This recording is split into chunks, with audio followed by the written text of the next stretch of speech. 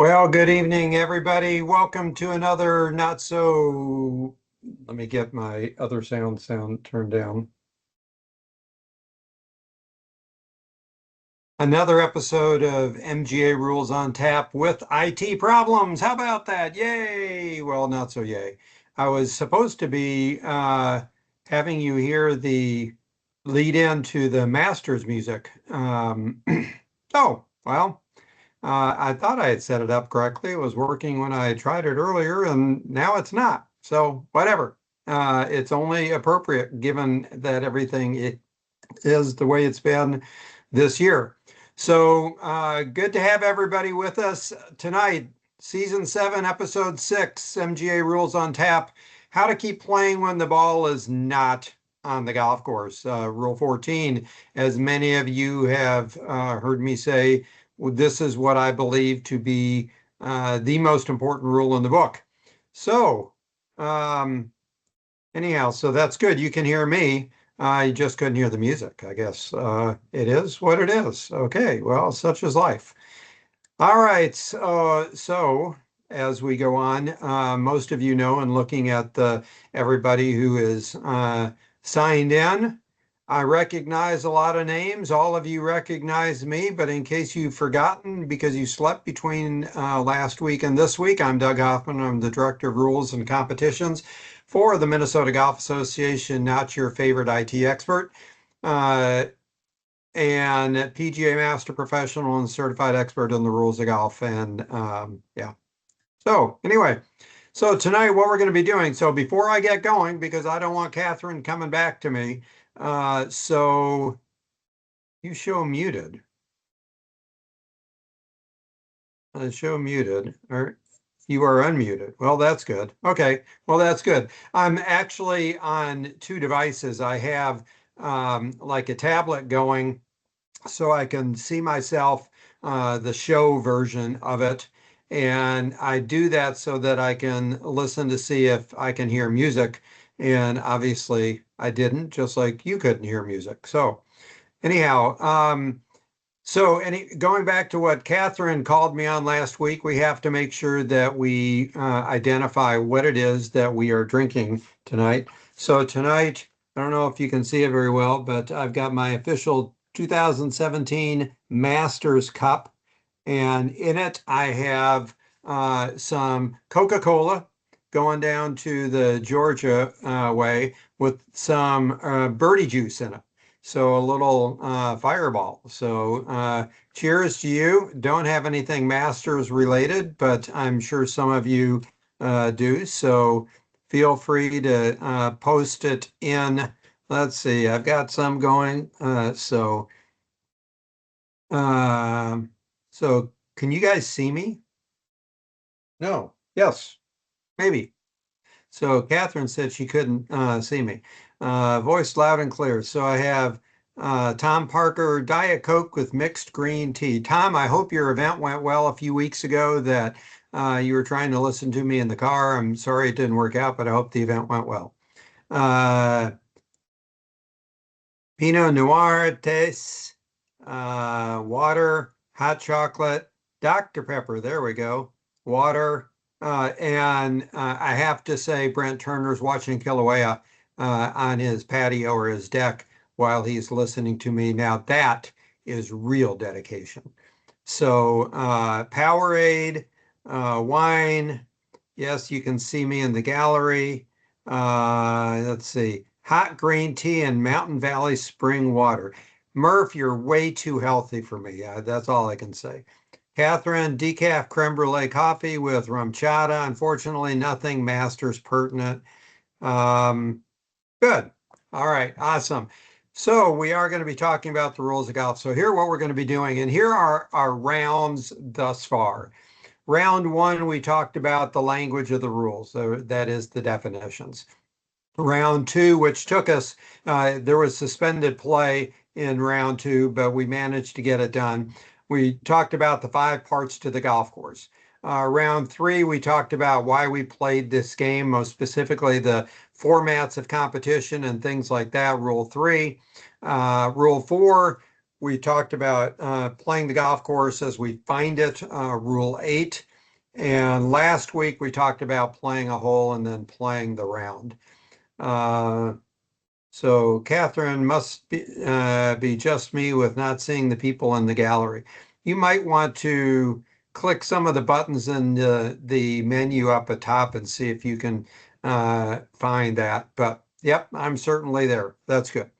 Anyhow, so that's it. So tonight, we're going to talk about the procedures for ball, the marking, lifting, and cleaning. We're going to talk about replacing on a spot, dropping in a relief area, and playing from the wrong place. Obviously, I hope all of you have enjoyed watching the Masters thus far today. Pretty good title defense start by Mr. McIlroy at 67. I didn't see what Scheffler ended up shooting. I know he was 2 under the last time I saw him, and not necessarily getting a whole lot of traction with that. So anyhow, throw in there who do you think who you think your pick is going to be, and obviously Rory could be a good one, but there are a lot of other good ones. I tell you what, this obviously is a really strong field, and so throw in there who you think might be our champion, and so we'll go from there. Let's see, I'm still adding a few people, and that's good. We have Xander. Yeah, Brent Xander was a good pick there. Tommy Fleetwood, Scheffler. Um, so that's not going out on a big limb there, Murph, or a small limb. Fred Couples, yeah, I love it.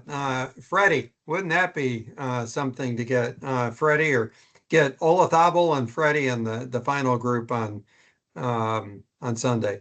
Aberg, Reese, yeah, a lot of really good choices there. So anyhow, let's keep going, trucking along, but don't feel free to go ahead and send in your picks. Oh, Cam Young and a big comeback. Well, he was 4 over one time, so if he comes back, it truly was a big comeback. All right, so this is Rule 14. It's a pretty lengthy rule, so again, I'm going to keep teaching until I run out of material to teach. If you need to get off, if we get to 9 o'clock and I'm still talking and you need to get off, feel free to do so, but I will get it all recorded and make sure I get it up posted. It's taking a little bit longer than I anticipated to post things, and I will make sure I have the master's theme on this one, just like I've been able to get the other one uploaded with that. But we're going to talk about in Rule 14, there's a purpose statement to it, then there are 7 sections. Point 1 is marking, lifting, cleaning. Point 2 is replacing a ball on a spot. Point 3 is dropping a ball in a relief area. We aren't going to focus a whole on that. We're going to deal with that next week when we start talking about relief areas and taking relief. We're going to talk about 14.4 is when is the ball back into play, and that's a really short rule. 5, correcting a mistake, as Kendra Graham with the USGA likes to call it the eraser rule. 14.6, again, very simple concept, basically stroke and distance. And 7.7 is something that, we looked at a little bit last week, but playing from a wrong place under 14.7. So we need to make sure that we get through all of those. So we're going to keep going with that. But once again, good to have everybody here. So again, the presentation covers when a ball can be lifted during play without penalty. It's going to talk about marking the golf ball. The fact is, if we have to lift a ball under a rule that requires it to be replaced, what we have to do. So that's important. We're going to talk about the 4 times when cleaning a ball that has been lifted is not allowed. Generally speaking, it is allowed, but there are 4 times that it's not, so we'll discuss that. We're going to talk about the requirements for replacing a golf ball when putting it back into play. We're going to talk about the variety of things that can go wrong when replacing a ball, and that's why this is so critically important in my mind, because this rule really is the roadmap. It's the guidelines for the golfer to be able to get the ball back into play, to be able to keep playing the game when for some reason the ball during the play of a hole, the ball is no longer on the golf course. And that ball could be off the golf course for many reasons. We're going to talk about dropping, and that is putting a ball into play. And dropping in the right way, how to drop a ball when it's deliberately deflected or stopped by a person. Also, mistakes. What about the mistakes that we incur either replacing, dropping, placing, or substituting a golf ball? We need to make sure we know what to do with those and the timeline that's necessary to avoid incurring a penalty as a result. We need to know how to proceed when playing under a stroke and distance rule, depending upon the part of the golf course. Again, we're not going to spend a whole lot of time with this, but obviously it's a critical thing depending upon where you are on the golf course, because there are three different answers for the scenario. And what it means to have your ball in a wrong place. And ball in a wrong place is not a good thing. You need to make sure that you correct that before you strike it. And the fact is that if we strike it and it's in a wrong place, the penalty is really easy in match play, and that is we simply lose the hole. Pick it up, let's go, and don't waste any more time. Next, we also have a penalty for playing from a wrong place in stroke play and how to finish the hole. In most cases, it's 2 strokes and we play on with the ball played from the wrong place. However, there's this thing called a serious breach of having played from a wrong place, which requires a correction. Stroke play procedures for playing 2 balls when we're unsure what to do. All right, so continuing on, Rule 14 covers when and how the player may mark the spot of the golf ball at rest and lift and clean the golf ball. It also tells us how to put a ball back into place so that it's put back into play in the right place so that we don't get any further penalties. We need to know, and we'll talk about this, that if we are replacing a golf ball, we are replacing the golf ball. That is the same ball that was there and somehow got moved or lifted, and we have to put it back down.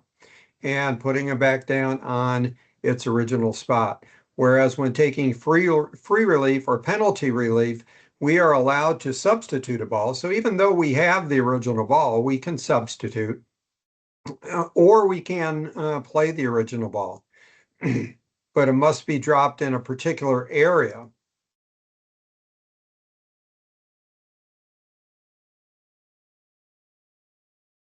Okay, Rule 14 also covers a mistake in using these procedures that allow us under the eraser rule 14.5 to correct our mistake as long as we do so before playing the ball. But the player will get a penalty if they play it from a wrong place. And wrong place is any place other than from where we are supposed to be playing it. So let's jump into 14.1 and let me get a shot of fireball here so that I can keep going. All right, so Rule 14.1 is jumping into the marking, cleaning, and marking, lifting, and cleaning the golf ball.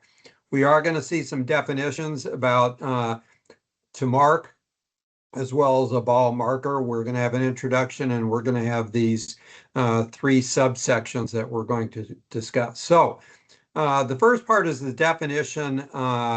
It is the verb to mark. That is to show the spot where a ball is at rest by either placing a ball marker right behind it or right next to it. So we're not limited to right behind it. And also it talks about right behind it and right next to it. Does this nickel right there suffice? Basically, yeah, I mean, if the USGA is using it as a picture, then I'm going to say they feel it's good enough. I'm a little uncomfortable. I personally think that a player can get that marker a little bit closer to the golf ball. So, I mean, sort of a guideline that I tell players, if you were to superimpose the circumference of the golf ball at its widest part onto the ground, uh, I would like to see the ball marker at least within that circle. But the important thing is that we mark its position. But at some point in time, we are going to get too far away, and the rules are going to say, well, that's not right.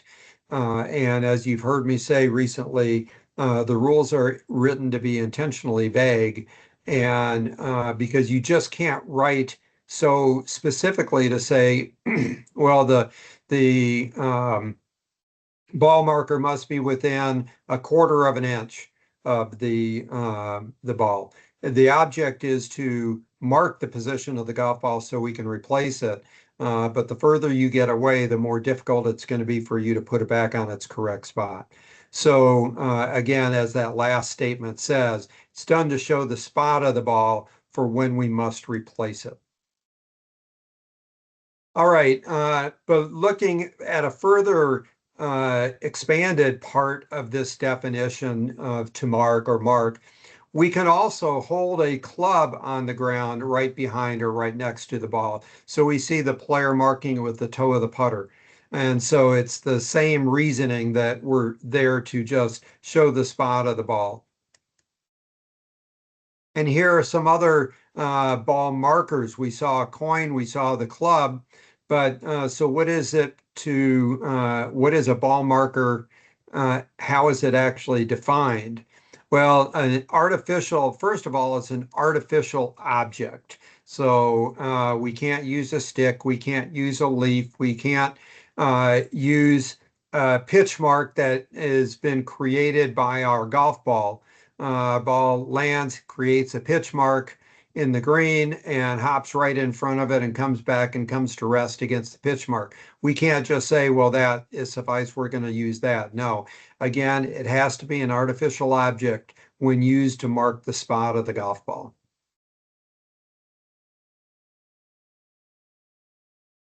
And so this is a list that we frequently see. However, but realize that the terminology says such as. That means it is not designed to be an exhaustive list. It is simply giving you examples. That is the tee, a coin, an object made to be a ball marker. You know, whether you get one out of the golf shop, it could be I think I even have one on my desk here, a poker chip that somebody gave me that I could use. Or it says also another small piece of equipment. A lot of people really get hung up on this word small. It doesn't have to be. If I want to use my phone, if I want to use my shoe, if I want to use the end of my club, if I want to use my golf bag, um, those are all appropriate things that I can use, albeit a little bit cumbersome, but I can still use those. It is an artificial object. Doesn't have to necessarily be as small as a dime or anything like that.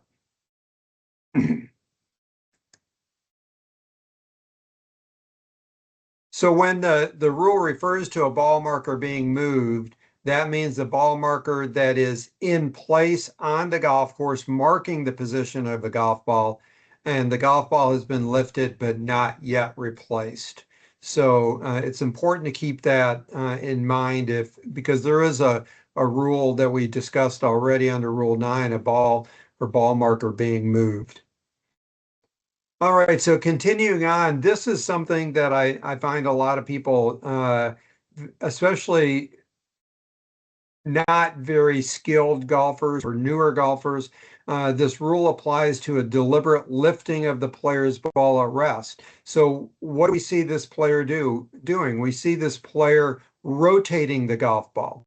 So we see the word deliberate, but lifting. Deliberate is if you intentionally are putting your hand on it and lifting it. Well, what exactly does lifting mean? Well, picking up the ball certainly by hand, rotating it. So this player, if all this player does is rotate it on the ground, they put their hand on it. So by putting your hand on it, you have fulfilled the definition of lifting it. or then otherwise deliberately causing it to move from its spot. What are two obvious scenarios there? One, you have your ping putter or putter with the flange, and you can scoop it up with the backside of the putter, or you just simply knock it away. You can easily do either one, and that's deliberately causing it to move. You're not making a stroke, but so you're causing it to move. Okay, so before lifting a ball, though, under a rule that requires it to be replaced on the original spot, the player must mark its original position. And so there are a number of rules such that we can easily think about with that. Certainly, the rule on the putting green that allows us to mark and lift the golf ball. But what happens if we need to mark it to see if it's ours for identification purposes? Or maybe if we think it's damaged? Or maybe if we think it's embedded or in some sort of condition that under which we are entitled to free relief. We have to mark all those scenarios because the possibility it's either mandated or the possibility exists that we have to put it back. So we need to have that position marked clearly. So again, we've seen this already, placing the ball marker either right behind, right next to, doesn't have to be behind, it can be in front of. We can hold that club right next to the golf ball, or we can put the tee right next to it. So if the spot is marked with a ball marker, after replacing the ball, the player must remove that. There was always a question in the mind of some people prior to 2019, and the rules did not clearly state that the ball marker had to be removed. You could get there with through a couple exercises, but the really it cleared it up tremendously in 2019 when they said just very straightforward, once you put the ball back down there before you make a stroke, that ball marker must be removed. So if the player lifts the ball without marking its position, marks it in a wrong way, that would be maybe too far away, let's say, or makes a stroke with the ball marker in place, the player gets one penalty stroke. So pretty simple. You just want to make sure that you get it done properly, and there's really no excuse. Every now and then you'll see the off funny scenario where a tour player marks the ball and picks up the ball and picks up the mark at the same time, and all of a sudden he looks dumbfounded as to what he's now done. Okay, but what about if a ball is lifted when taking relief under the rule? Because that particular rule does not require us to replace the golf ball, it is not requiring us to mark the spot of the golf ball before lifting it. So this player's ball clearly is in ground under repair.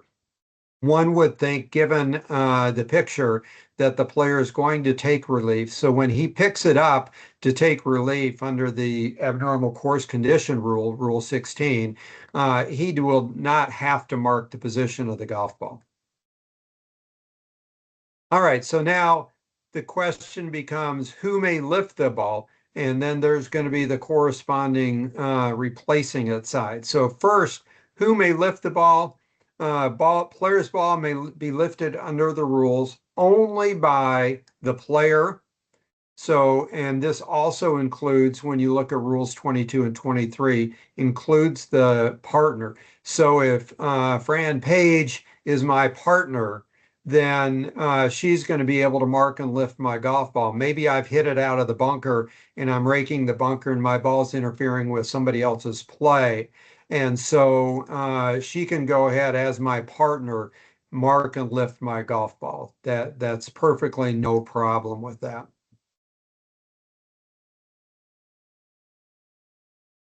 And it can be done by anyone I authorize. So who can I authorize? Well, I can authorize literally anyone.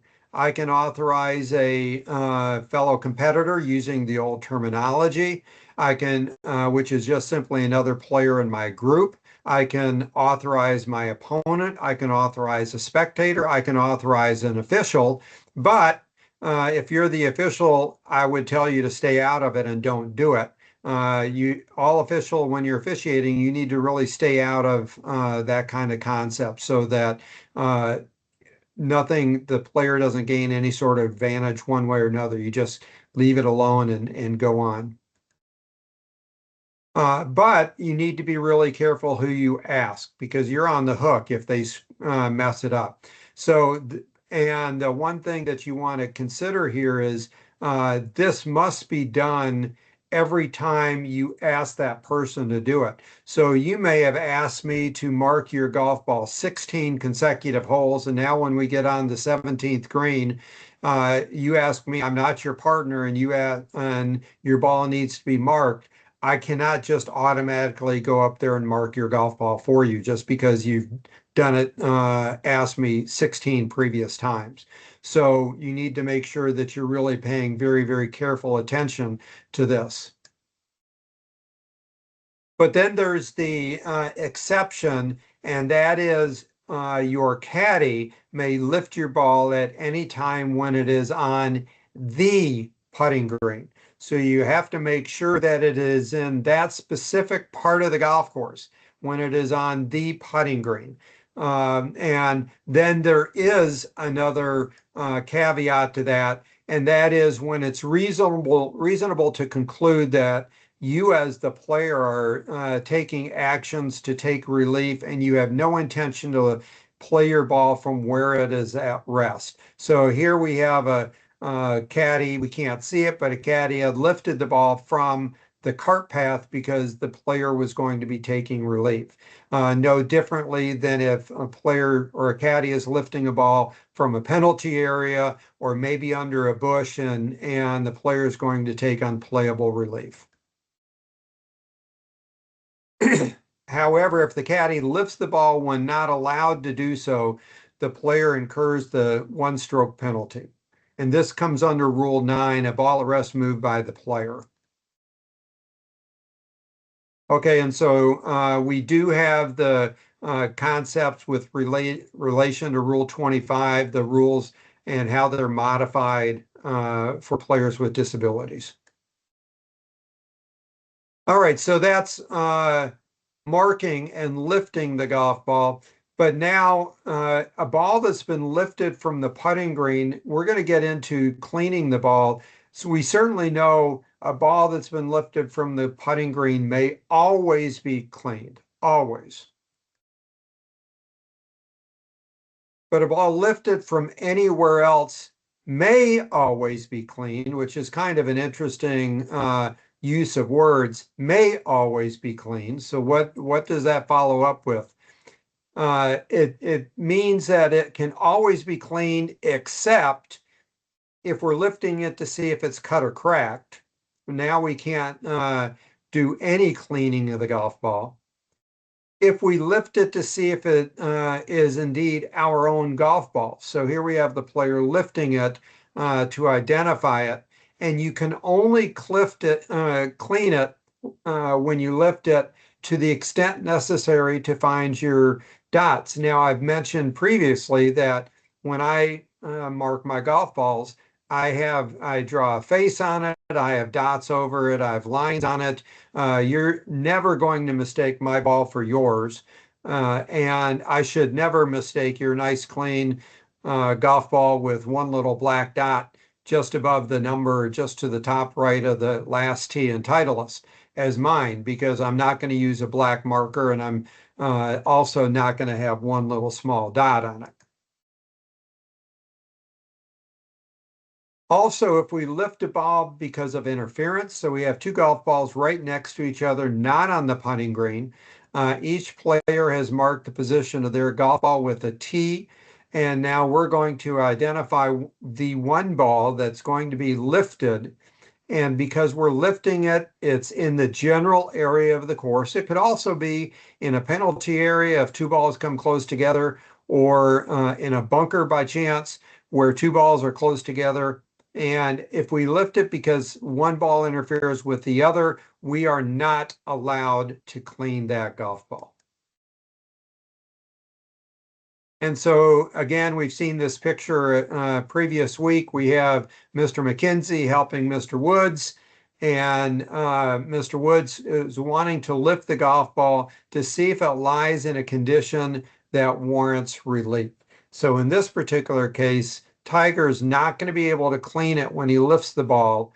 And then between he and Mr. McKenzie, they're going to identify if that is a scenario that Tiger's entitled to relief. If he is entitled to relief, then he will be allowed to clean the golf ball. If not, then he's going to put it back. A great example of that would be is a ball embedded.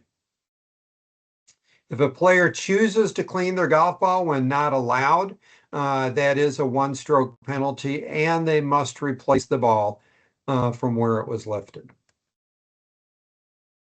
All right, so and here we see the this rule and how it applies under Rule 22, which is foursomes, and Rule 23 and four ball. Okay, so now we've lifted the golf ball. What do we do with it? Well, now we have to get it back in its spot. So we've lifted a ball. We're operating under a rule that requires it to be replaced. So again, we're going to talk about the putting green. It's far easier to deal with that. It's something that we deal with virtually every hole we play, unless we have the off chance of maybe chipping in. So we're going to see the definition of what it means to replace the ball. We're going to have an introduction, and then we're going to have 5 of these subsections to discuss.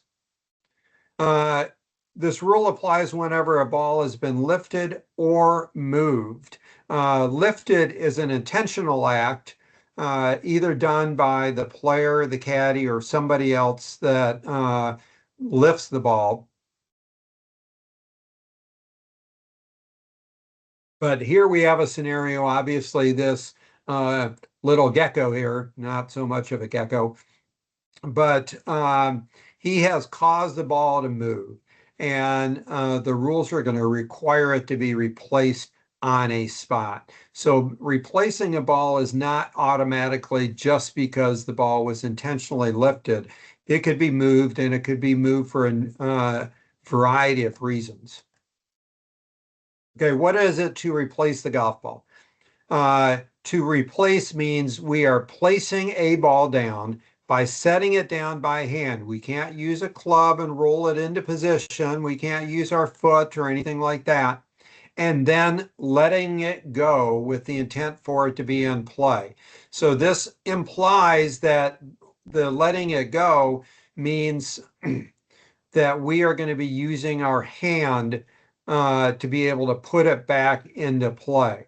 Now, obviously, we have Rule 25 for somebody who doesn't have the ability to put it in the, maybe they do not have any hands. And so there's a modification for them under Rule 25. But in this particular case, when we study Rules 1 through 20, we're dealing with a person that does not have disabilities as defined by the rules, and also a single player. So again, placing a ball, setting it down by hand, letting it go with the intent for it to be in play. So 3 big things: setting it down with our hand, letting it go, and intent to put it in play. If the player sets the ball down without intending it to be in play, then he hasn't replaced it. You know, and a great example, somebody may say, well, why would you do that? Well, in this particular case, you could put, maybe you put your ball down behind your ball marker because you don't want it to be in play. This isn't as bad of a situation it was several years ago, but maybe you put it behind the ball mark for whatever reason as you are trying to line up your putt. And so in that particular case, you're intentionally and deliberately putting it down, but you're intentionally not putting it on the correct spot. So there's no intent for that ball to be in play. So it not only is not in play, it hasn't been replaced and is not in play, which is a critical phrase when we start looking at what is the status of the golf ball when something happens. Okay, replacing, whenever a rule requires a ball to be replaced, the rule involved identifies a specific spot where the ball must be replaced. So here's a great example under Rule 9.4, ball lifted or moved by the player. We have a player inadvertently causing her ball to move. The player lifts the ball at rest or causes it to move, so she's kicked it. Ball must be replaced on its original spot.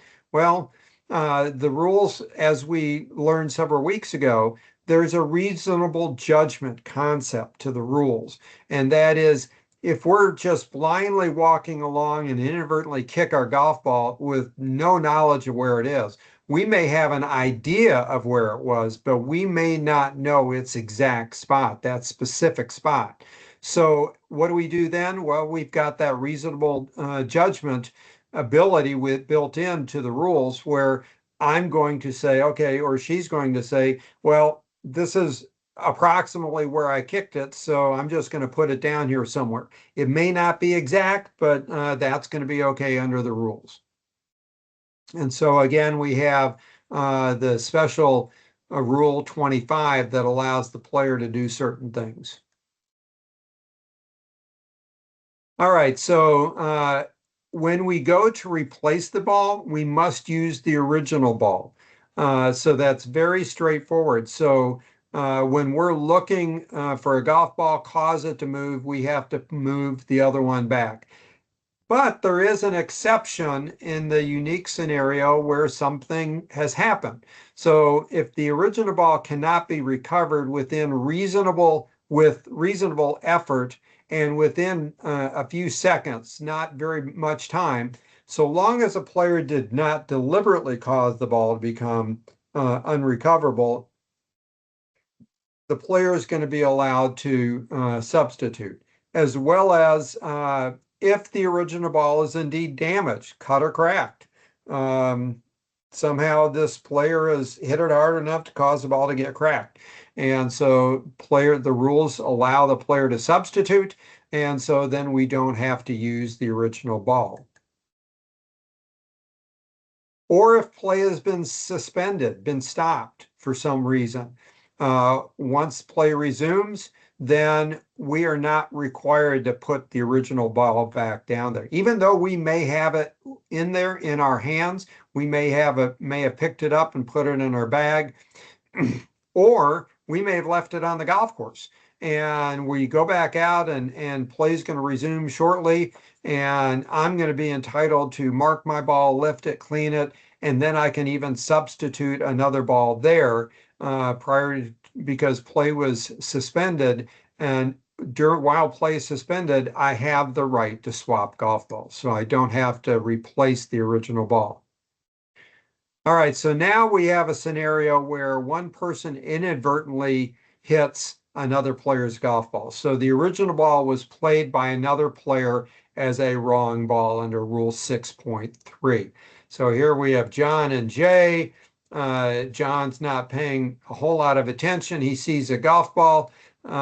Jay's been out hitting him all day, so he just automatically assumes that the short ball is his, and he walks up and hits it when indeed that was Jay's golf ball.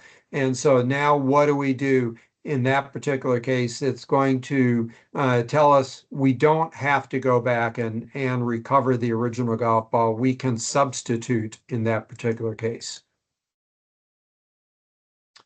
So now we got to the second half of this question.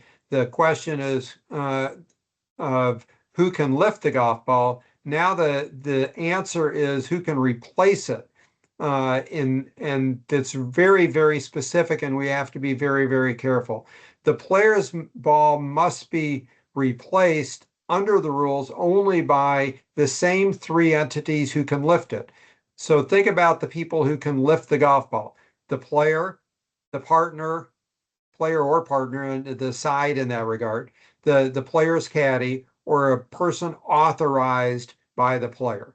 So, and the caddy can lift it without authorization on the putting green and can lift it with authorization elsewhere along with that exception that we talked about. So that same category, that same group of people are the same people who can replace the golf ball.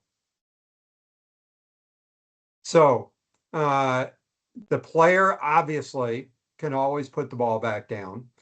The partner, as we saw under Rule 22 and 23, can put the ball back down. Why is that the case? Even if they didn't pick up the golf ball, well, it's because that person's partner, the actual player, is going to be the one who gets penalized as a result. So you would expect the partner is going to do things appropriately and correctly when either lifting or then replacing the golf ball.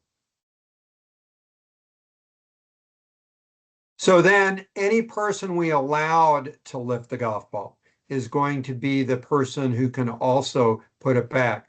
Many people mistakenly think that if I allowed you, or in this picture, so we have Lisa on the left and Stacy on the right. If Stacy's picking up Lisa's golf ball, Lisa has said, "Hey, Stacy, can you pick up my golf ball, mark it and pick it up for me?" Maybe Lisa has a bad back. Stacy says, "Sure." So we can see Stacy marking the ball with the tee, and she's going to pick it up and let Lisa see it and positively identify it as hers. So then many people think that Stacy's the one that has to put it back down there, and that's not true. The player or the player's partner always has the right to replace the golf ball. So always remember that player and the player's partner always have the right, even if they didn't lift it. And if there's another player caused it to move, maybe this person inadvertently kicked my golf ball. And I could be maybe at our golf cart over on the cart path 25 yards away, and this person has just mistakenly, accidentally kicked my golf ball. I don't know where it was. I'm not the one who kicked it. And so certainly leaving it up to her to be able to put the ball back would certainly be appropriate in that regard.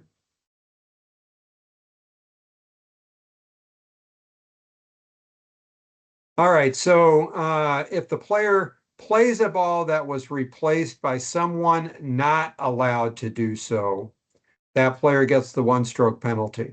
So I have you lift my ball and for me, and you lift my ball, set it aside while I'm raking the bunker. I come up, I see the ball, I pick it up, and I say, who marked my golf ball? And maybe we're playing a team match and the other players say, we did.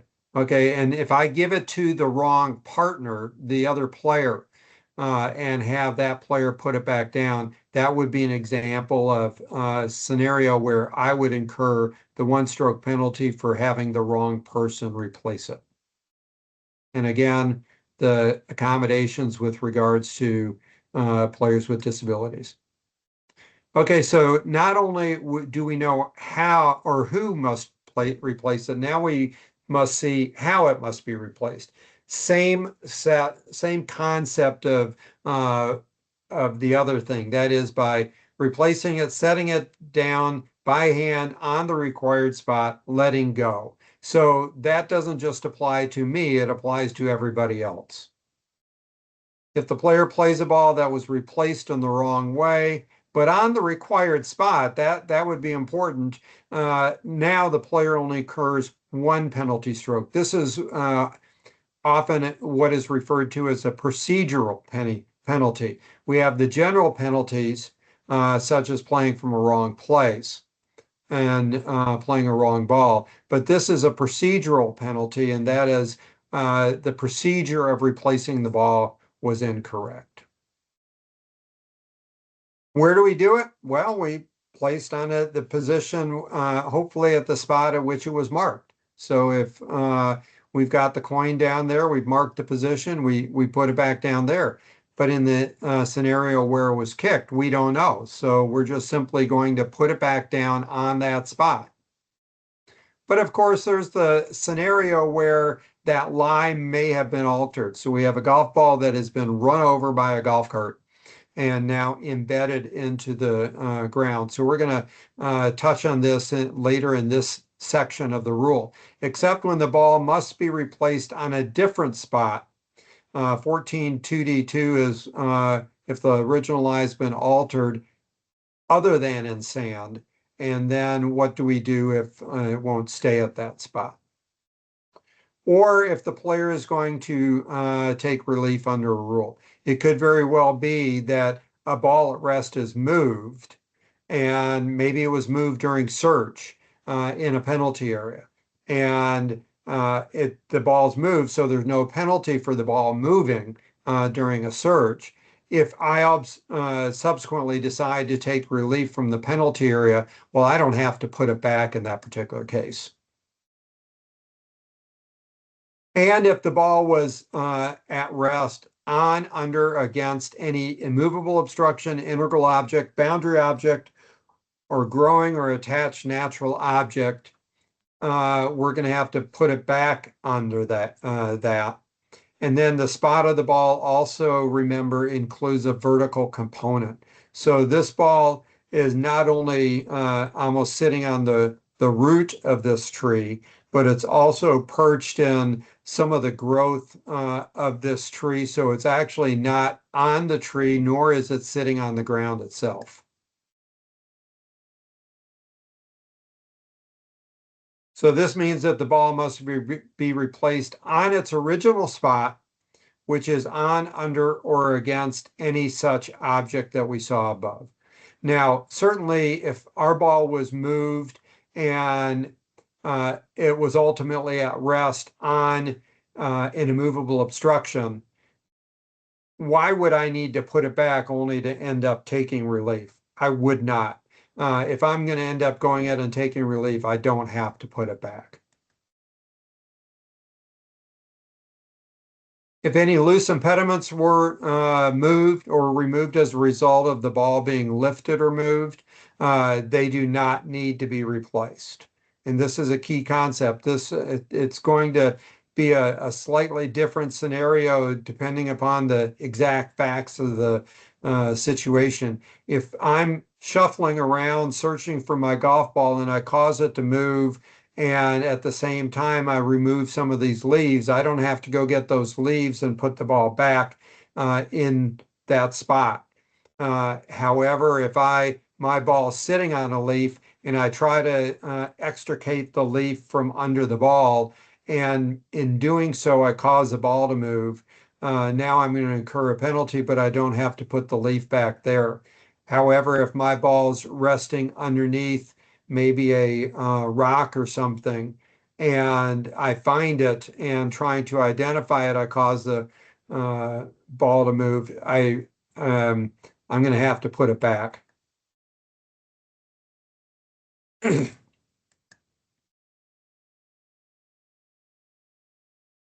So again, any loose impediments were removed as a result of the ball being lifted or moved before the ball was replaced. They do not need to be replaced. For restrictions, though, on moving the loose impediments before replacing a lifted or moved ball, this is what I'm talking about. This is the exception under Rule 15 1A that we'll actually talk about next week. All right, so our lie's been altered. So we have a scenario, golf cart drives over the golf ball, or that top picture, the player is searching for his golf ball in a bunker, and he's using the rake and trying to find it, and in so doing causes the ball to move. So if the lie of a lifted or moved ball that must be replaced is altered, so in both cases, the lie has been altered. The player must replace the ball in this way, and we're going to have two scenarios. Certainly, the top picture, ball in sand, and then the second part of ball anywhere except in sand. So let's talk about a ball in sand. When the ball in sand, whether in a bunker or not. Okay, so hang on one. So don't automatically assume it has something to do with a bunker, because it doesn't have to be. There's plenty of sand that exists without being in a bunker. So when the ball was in sand, whether in a bunker or anywhere else on the course, and replacing it, we need to do so on its original spot, but to get it on its original spot, we're going to have to recreate that lie. So we see that player in the picture on the top right. Uh, he obviously has altered the lie, and so he just isn't going to be able to set the ball back down on top of the sand. He's going to have to duplicate, recreate that lie as much as possible. In so doing, the player may leave a small part of the ball visible. So at the end of the arrow, it is difficult to see, but there is a few dimples of a golf ball under there. So we don't get a whole lot. We're not uncovering the golf ball and then leaving a quarter-sized gap above it. I mean, we're talking about the size of a dime. If the player fails to do any of this, plays from the right place, but fails to recreate the lie, player now gets a general penalty. Why is that? Because they're played from a wrong place. What happens if it's not in sand? Well, it's going to be similar. However, when the ball was anywhere except in the sand, the player must replace the golf ball by placing it on the nearest spot. Okay, and this is placing, and we're not recreating anything, but we're going to place it on the nearest spot with a lie most similar. Now, in this particular case, where the cart is driven over the golf ball, it was pretty clean, and more than likely it just happened because somebody wasn't paying attention or didn't see the golf ball. However, it's not like it's a really difficult lie or anything else and trying to figure it out. So we can see, obviously, it's soft turf because we can see the path of the tire as well as the ball being pushed into the ground. But that white X is the nearest point, no nearer the hole, where we can place the golf ball in the nearest, most similar lie, the most similar lie. However, if the ball's in longer grass, maybe we're driving through 3 or 4 inch fescue and we drive over it and all we know is that we drove over something, but we aren't sure exactly if it was a ball, much less whether it was the player's ball. So now they identify it and sure enough it is. That player, when they player replaces the ball, it's the nearest most similar lie. So they're not going to be setting it at the top of this 3 inch fescue grass. They're going to make sure that it's down. The fact that it was down in the grass and they didn't see it leads one to believe it wasn't just sitting up on the top. Within 1 club length from its original spot, not near the hole. But here's it's not going to change very much, but same area of the course. You're not going to go from the general area to the teeing area. You're not going to go on to the putting green. You're certainly not going to go into a penalty area or bunker. The player knows that the original lie was altered, but does not know what that lie was.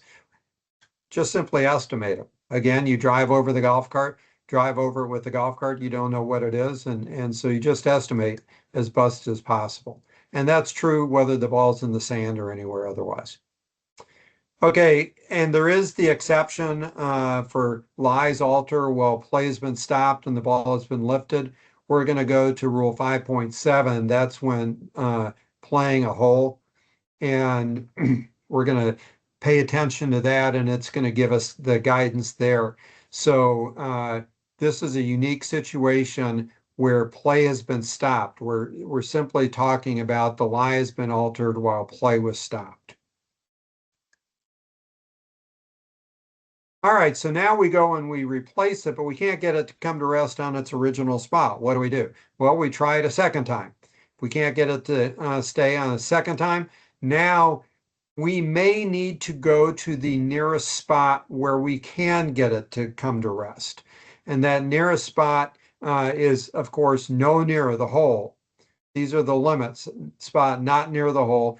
And if the original spot was in the general area, then that nearest spot is going to be in the general area.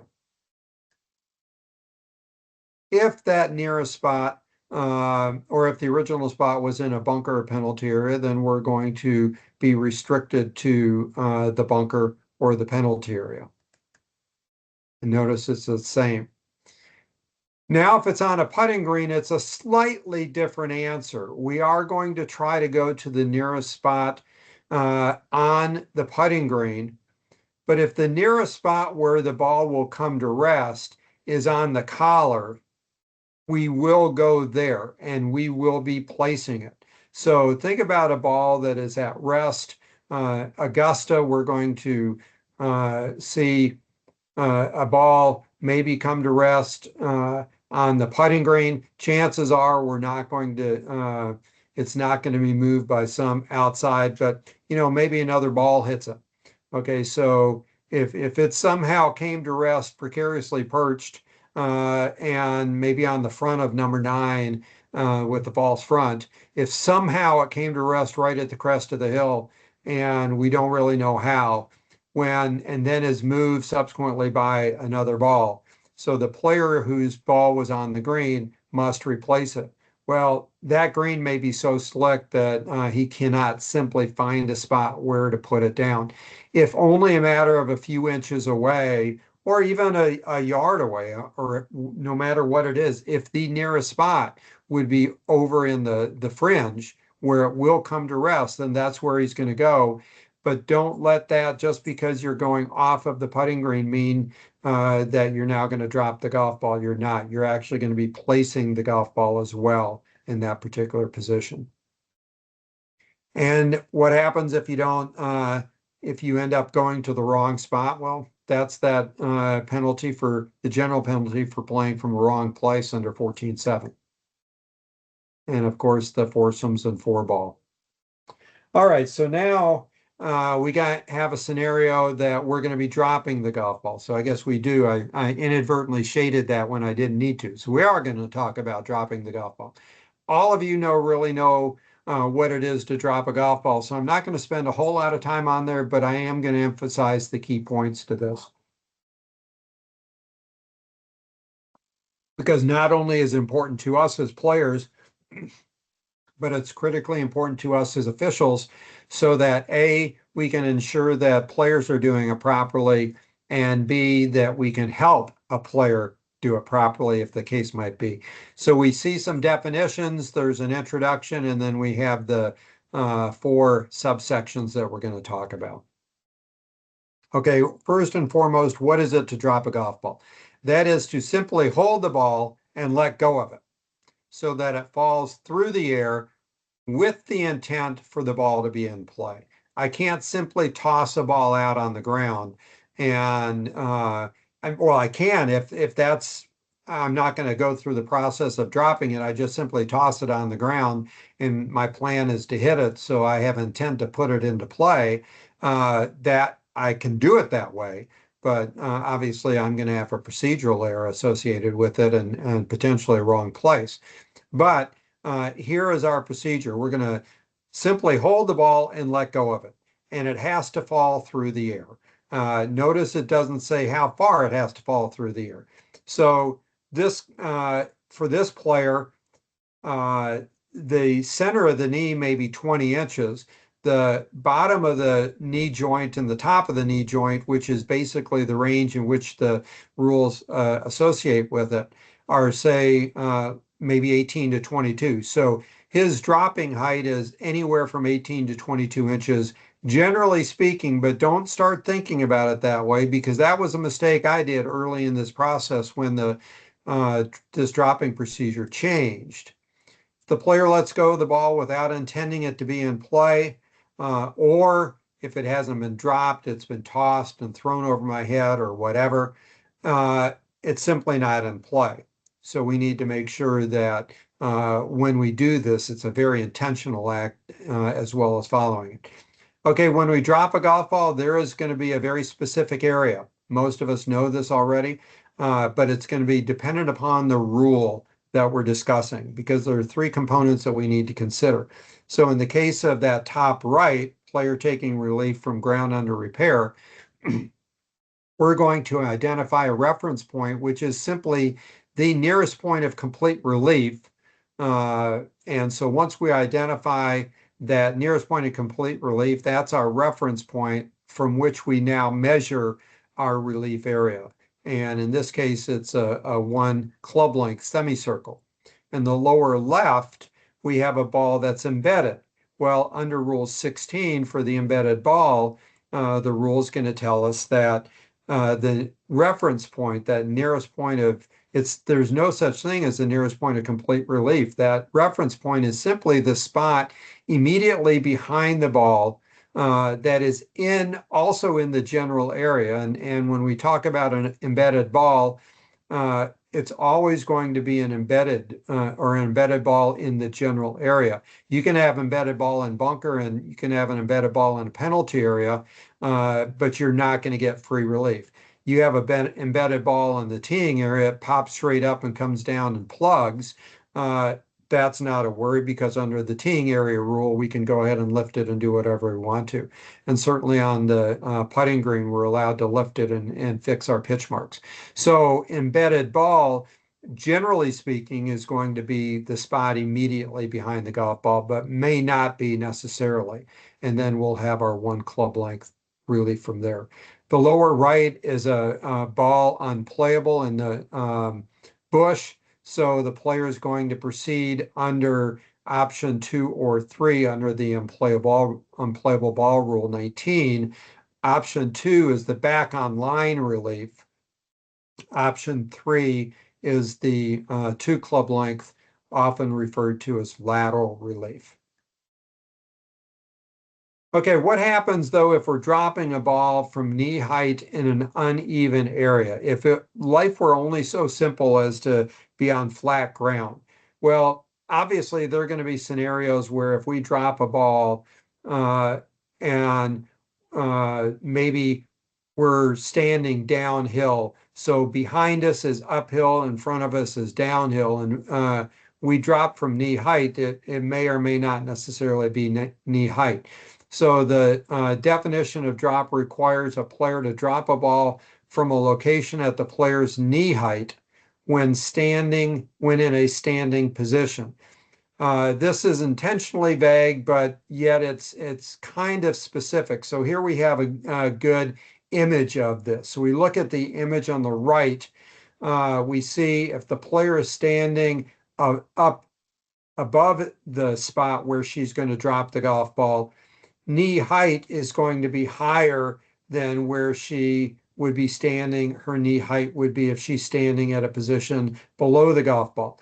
But if she's in that position on the left and she's holding the ball where her hand is, it's going to be below knee height, but it's below knee height where she is standing. But she can still find a spot and drop the ball at the equivalent knee height of that shadow image on the right. So the word of warning here is that as we are officiating, if we are concerned about how somebody and from the point somebody is dropping the golf ball, you need to consider, are they on a slope, and will they, wherever they are holding their hand, can they stand in a different position that would result in the hand being at that same spot? If that is true, then they are going to be okay. So the phrase says, when there is uneven ground in and around the location where the player will drop the ball, the distance the ball will fall to the ground from knee height depends on where the player is standing when dropping the ball. It is entirely possible that, and I'm not going to get into it into this, but it's entirely possible that the slope could be, or where a player stands in order to drop a ball into a relief area would result in the ball dropping only a matter of a few inches. It's entirely possible that that could happen. And if you have a problem trying to figure that one out, I don't want to go through it tonight, but give me a call, send me an email, and we can chat about it. Provided the ball falls a distance that corresponds with knee height from a position where the player could have stood to drop the ball on the spot. Ball has been dropped. So here we have the scenario reversed. The shadow image is higher. The real image is lower, but she's dropping really more from waist height. But somebody may freak out and say, wait a minute, you're dropping from waist height. But this is where you have to look at it and say, okay, well, but if she dropped or stood some other place and dropped the ball on the same spot, could her hand get in that same position and fulfill that knee height position? So this is something that you really need to be paying attention to if you're going to be officiating and telling somebody and really worried about somebody and how high they're from how high they're dropping the golf ball. Ball must always fall through the air to be dropped, so you're never going to be placing it. So here we have player drops the ball, falls straight down without the player throwing, spinning, or rolling it, or using any other motion that might affect where the ball will come to rest. It's a very simple concept. And it's not going to touch any part of the player's body or equipment before it hits the ground. If you haven't been to a rules program or studied the rules since 2019, this is going to come as a big shock to you. Because in 2019, it changed so that when Liz drops a golf ball here, if it hits something and ends up hitting her foot after it hits the ground, no harm, no foul. You just simply play the ball where it comes to rest. Okay, so we know what the relief area is. There will always be, if the player's dropping a golf ball, there will always be a relief area. In two cases, there's two club lengths. Everything else is one club length measurement, the size. It may not give you a full semicircle, though, as we certainly know. There is one scenario, and that's called back on the line, that can be applied in a few cases. If we drop back on the line, a relief area officially doesn't exist until we drop the ball. But the requirement here is that the player actually drop the ball on the line from the flagstick through the point where the ball was at rest. It could be unplayable. It could be in maybe a point where it last crossed the penalty area, whatever the case might be. So in that particular case, a relief area doesn't exist. Player must drop the ball on the line, and we'll talk about the back on the line a little bit more. Okay, so each relief rule requires a player use specific relief area, size, location, based on factors, the reference point, the size of the relief area given the option you're selecting, as well as the limits of location of the relief area. So first of all, these are our reference points that we've talked about. The size, the one or the two club lengths that we've talked about. And the limits on the location is a little bit more involved. It's only a certain defined area of the course. So again, if we're taking relief from abnormal course condition, ground under repair, embedded ball, temporary water, we're in the general area, and so relief is going to be in the general area. However, if we're taking relief from a penalty area or from unplayable, we may go anywhere else. We can drop under unplayable into a bunker. We can drop under unplayable from one bunker into another bunker. So just understand that if you're buying a penalty stroke, generally speaking, you're going to have the freedom to be able to go where you want to go if you're using back on the line relief or in the on that. However, in the case of the middle and the all three of these pictures, once you get the reference point, then that the relief area is going to be the same part of the golf course as the reference point. So if number 3 in the middle has part of it outside of a bunker and part of it inside the bunker, if you drop the ball, you can drop it in the bunker, but it has to stay in the bunker. If you drop it outside of the bunker in the general area, it has to remain outside, but it can't go from one to the other. It can't go from the bunker to the outside or outside into the bunker.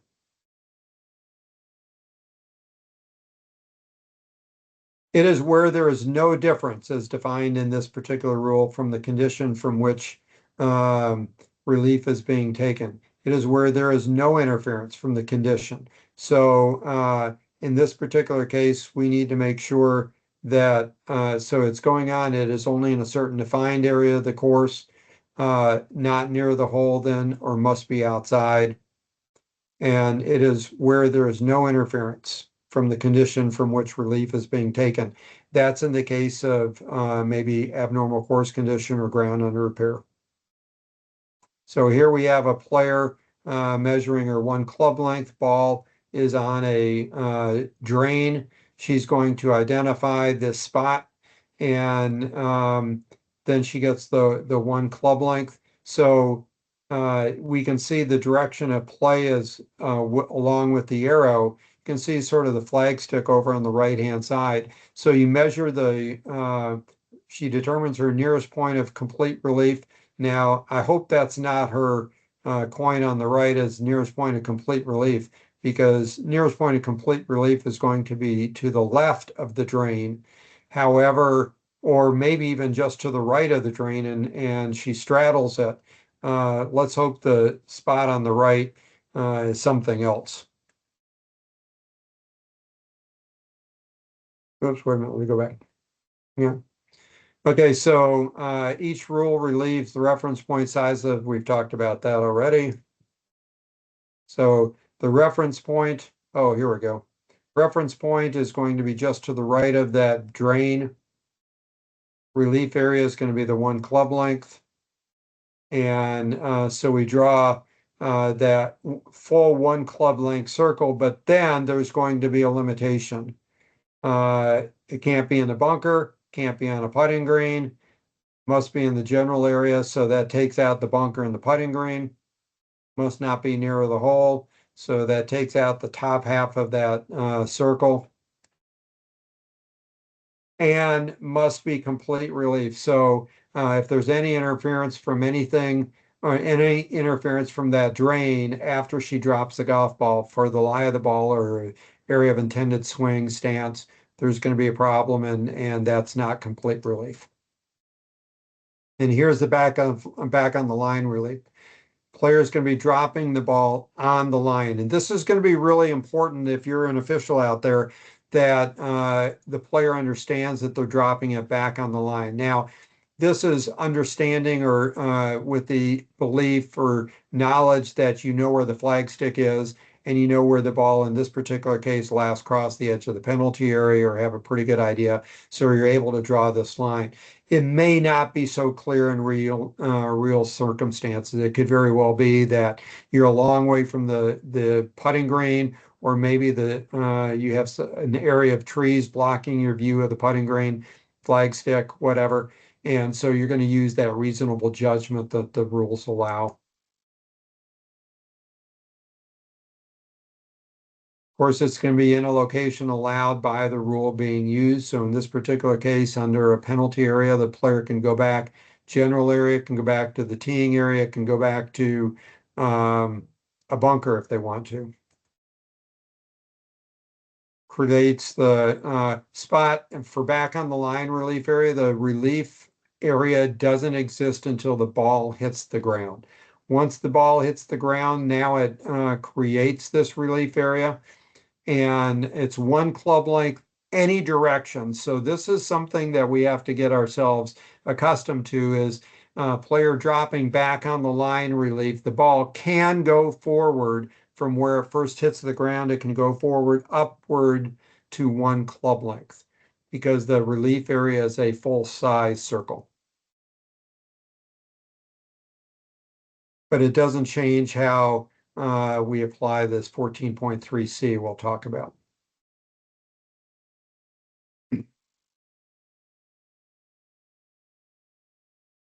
So we know we use club lengths to measure size of relief area, and in doing so, the player may measure directly across a ditch, a hole, similar thing, or directly across or through an object, maybe like a fence or a tree or something like that.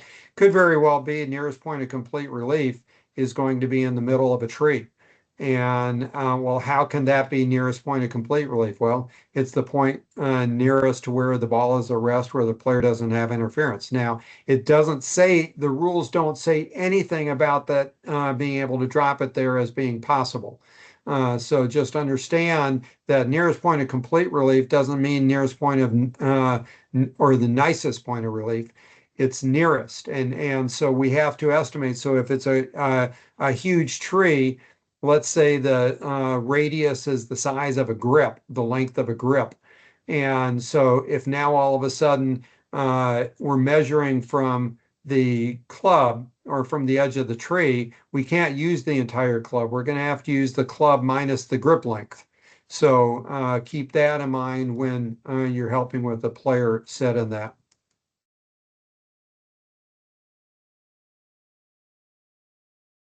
All right, so we're not allowed to measure through ground that naturally slopes up or down.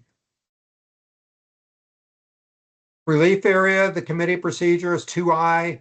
The committee with a capital C may choose to allow or require a player to take relief using a dropping zone as a relief area. Dropping zones are when taking relief becomes a very unwieldy process. Unwieldy processes only get players frustrated, only makes it very difficult to make sure that they're dropping it in the right place. And so we as committee may choose to use a dropping zone in a particular location, knowing good and well players can use it all the time because players don't want to necessarily go through the process. The committee can make a dropping zone mandatory. I personally don't like that. I like the player to have the choice, even if 99.9% of the time they're going to go to the dropping area. I really don't like mandating things like that. I mean, 17 at Sawgrass, the players still have the choice. They can play it from the teeing area or they can go to the dropping area. So here we have, of course, the longest club is going to be our club length. Other than a putter. Club length, the unit or measurement defining the player's teeing area, as well as determining the size of relief area. And so this is how we measure a club. Not necessarily how we measure a club in other manners. More than likely, the length of the club as far as a conforming club is going to be measured differently, but for the purpose of measuring a club length, we're going to go from the outermost extremities at the club head to the far end of the grip. But the far end of the grip cannot have anything on the end of it. So if you're one of the players that has Arcos sensors in the end of your clubs, you can't have those and have that as included as part of it. That new Arcos Air looks like a pretty cool system. I'd be interested in using it. I tried Arcos and I never played enough to justify having it. But anyway. All right, so, but any attachment to the end as we've talked about. Okay, so now we're going to be dropping the ball in the relief area. We've gone through all the definitions. This rule applies whenever a ball must be dropped in a relief area when taking relief under a particular rule.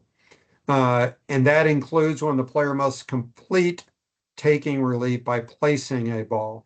So you're going to get to the place or the drop, redrop, place business.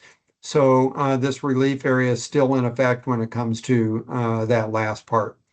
If the player improves the relief area either before or when dropping a ball, we're going to go to Rule 8.1, which is the cats, the player doing something to the golf course. And so if we had a video, this video were live, we'd see the player tapping down a whole bunch of irregularities in this dropping area before he drops the golf ball. All right, so when we go to drop the golf ball, we don't have to use the original ball. We can substitute a ball if we want to, and that includes any time. So if we drop it and it rolls out, we can go get another golf ball, drop it and it rolls out, and then we can place a third ball there. It doesn't matter. Every time we drop a ball, we can use a new ball, or a different ball, I should say. It doesn't have to be new. We have to drop the ball in the right way, which means we're going to be fulfilling 1, 2, and 3. So what are these dropping a ball in the right way components? First of all, the ball dropped only by the player. And in the unique scenario where in 4-ball, foursome play, 20 rules 22 and 23, the partner can do it. And this was a change from what used to be the case back in pre-2019. However, no one else is allowed to drop the golf ball. We're either talking about the player or the partner if one exists. And then, of course, the modifications under Rule 25. Okay, so now we know we need to have the ball drop from knee height without touching the player or equipment prior to touching the ground. The player must let go of the ball from a position of knee height. So both of these images are accurate. So that the ball falls straight down without the player spinning, throwing, anything like that, or doing anything silly to the golf ball. We hold it and we let go of it. And it doesn't hit us on the way down. Okay, so here we have a player squatting. And the question is, well, wait a minute, he's not dropping from knee height. Well, that would be true if he were standing up. His knee height would be at the position of the golf ball. But because he's squatting, we aren't looking at the squatting knee height because that's not the case. Remember, knee height is when the player is standing up. So we have to, don't get freaked out if you see somebody do that. I haven't honestly seen that, but actually that was a picture from a tour event in Phoenix. So here we have a player dropping her golf ball again with accommodations under Rule 25. Okay, so we have to know how to drop the golf ball, who can drop the golf ball, and now we have the limitation of the fact that it must be dropped in the relief area. So there are two components to this. The first is the ball must be dropped in the relief area. So we see the player dropping the ball, and the first place it hits is in the relief area. That's component number one to this. Player can stand anywhere he or she wishes to drop the golf ball. Back on the line, as we've talked about, you must drop it on the line. Ball's dropped in a wrong way. That is, we see the image, the player dropping the ball on the outside and it hops into the relief area. It's dropped in a wrong way in breach of any or more of those requirements. So what do we do? Well, we're going to find that, again, this is a procedural penalty if we don't correct it. But the important thing is that the player will be allowed and should correct to save without any penalty. This player must drop the ball again in the right way, and there's no limit to the number of times the player must do so. So a ball dropped in the wrong way, dropping it over my shoulder, dropping it from shoulder height, whatever, having you drop it for me, even though you're not my partner.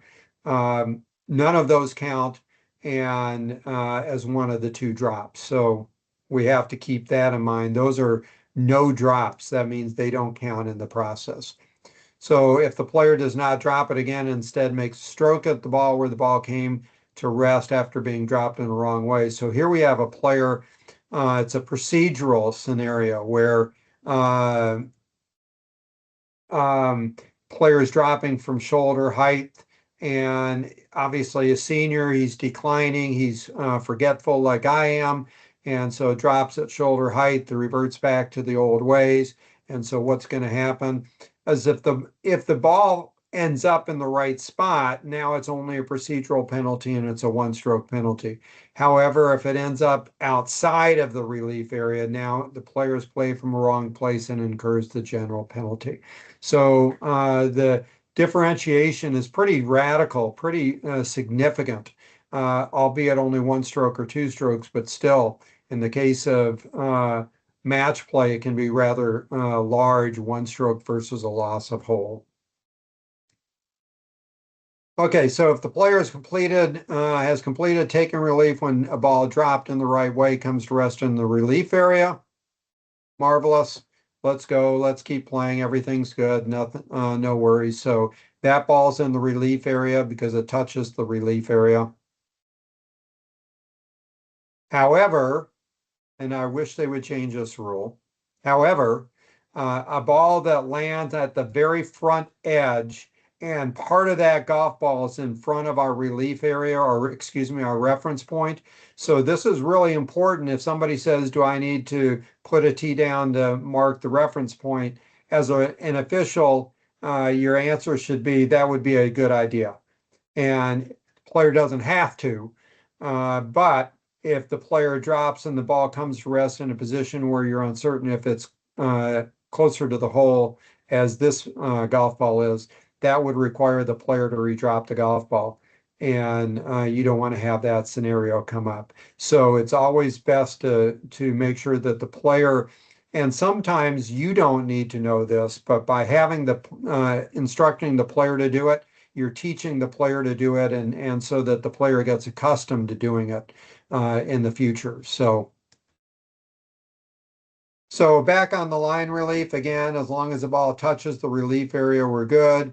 And in this particular case, as long as it touches the relief area, even nearer the hole than where it hit the ground, the player is going to be okay. All right, so the player has completed relief, taking relief when a ball dropped in the right way. Does not matter whether the ball after hitting the ground touches any person. We've talked about that. So she drops the ball and hits her foot. As long as it comes to rest in the relief area, we are okay. Ball comes to rest in the relief area again, we're okay. If it comes to rest outside though, so player drops the ball and comes to rest outside. Player needs to correct the mistake and no penalty. However, we have this exception. When the ball dropped in the right way is deliberately deflected or stopped by any person, what do we do? Okay, in this particular case, we're going to look at 14.3D, so we're about to see this. So a ball is deliberately deflected or stopped before any person or by any person before it comes to rest. We're going to go to 14.3D. So there are two scenarios here. One, if it hits us on the way down, it's a no drop and we must redrop it. But now we're talking about a little something that's not good, because when you see the deliberately deflected, there could be a problem that arises. So what to do if a ball dropped on the right way comes to rest outside? We're just going to redrop it. If we redrop it and it comes to rest outside again, so now we have the drop, the redrop, and then we place. So placing a ball at the point it hits the golf course on the second drop, or what I call the redrop. Okay, so you drop twice and then you place. However you want to remember it, drop, drop, place, drop, redrop, place, drop twice, place, whatever, however you do it, then that's the important part. Okay, so then under the rules we're going to refer to under 14.2B and 14.2E, placing the golf ball, and we've already studied that. Okay, so if it's a player must place the ball in the spot where the ball dropped the second time, first, if the place ball now, so remember when we said we were replacing a ball and it won't stay there, what happens if we're trying to place a ball on this spot, it won't come to rest? Well, basically it's the same thing. We're going to try a second time, and if it won't stay there a second time, we're going to go to the nearest spot where it will come to rest within that particular rule. And of course, that might result in the ball being placed outside of the relief area. Okay, so now let's circle back to this deliberately deflected. So for the purposes of this rule, a drop ball is deliberately deflected or stopped when a person either deliberately touches the ball in motion after it hits the ground, or more importantly, the ball in motion hits any equipment or other object or any person that the player deliberately positioned or left in a particular location so that the equipment, object, or person might deflect or stop the ball in motion. The most obvious scenario here, and it never even occurred to me until a high school coach, fellow PGA member, brought it to my attention in a rules workshop a long time ago, back in like 2019, 2020. We were teaching this, and he piped up and he said, well, I guess I shouldn't tell my students, my players, to put their foot in the divot hole, then should I? And it never even occurred to me, but he's absolutely correct. So if a player intentionally puts their foot in a divot hole to keep their ball from coming to rest in the divot hole at the time they drop it, now they are in violation of this particular rule because they have deliberately positioned their foot in a position to keep or to deflect the golf ball. So if this happens, what do we do? So a ball that's been dropped in the right way is deliberately deflected or stopped by any person before it came to rest. Two things: the player must drop the ball again using the correct procedures, and that drop didn't count. And if the ball actually was deflected or stopped. So this is an outcome-based rule. So just because I put my foot there and the ball doesn't hit me doesn't mean I'm A-OK. In fact, it requires me to redrop the golf ball, and if I don't do it, now I'm going to incur a penalty. However, if I drop the golf ball and the ball now hits my foot, not only am I required to redrop the golf ball, but I've now incurred the general penalty. So I'm hoping it's match play and we just go on. And then we have another exception: if the ball dropped in the right way, deliberately deflected or stopped, when there is no reasonable chance it will come to rest in the relief area. So here we have a scenario: we drop a ball on a slope and the ball is trundling down the hill. It's gone outside of the relief area.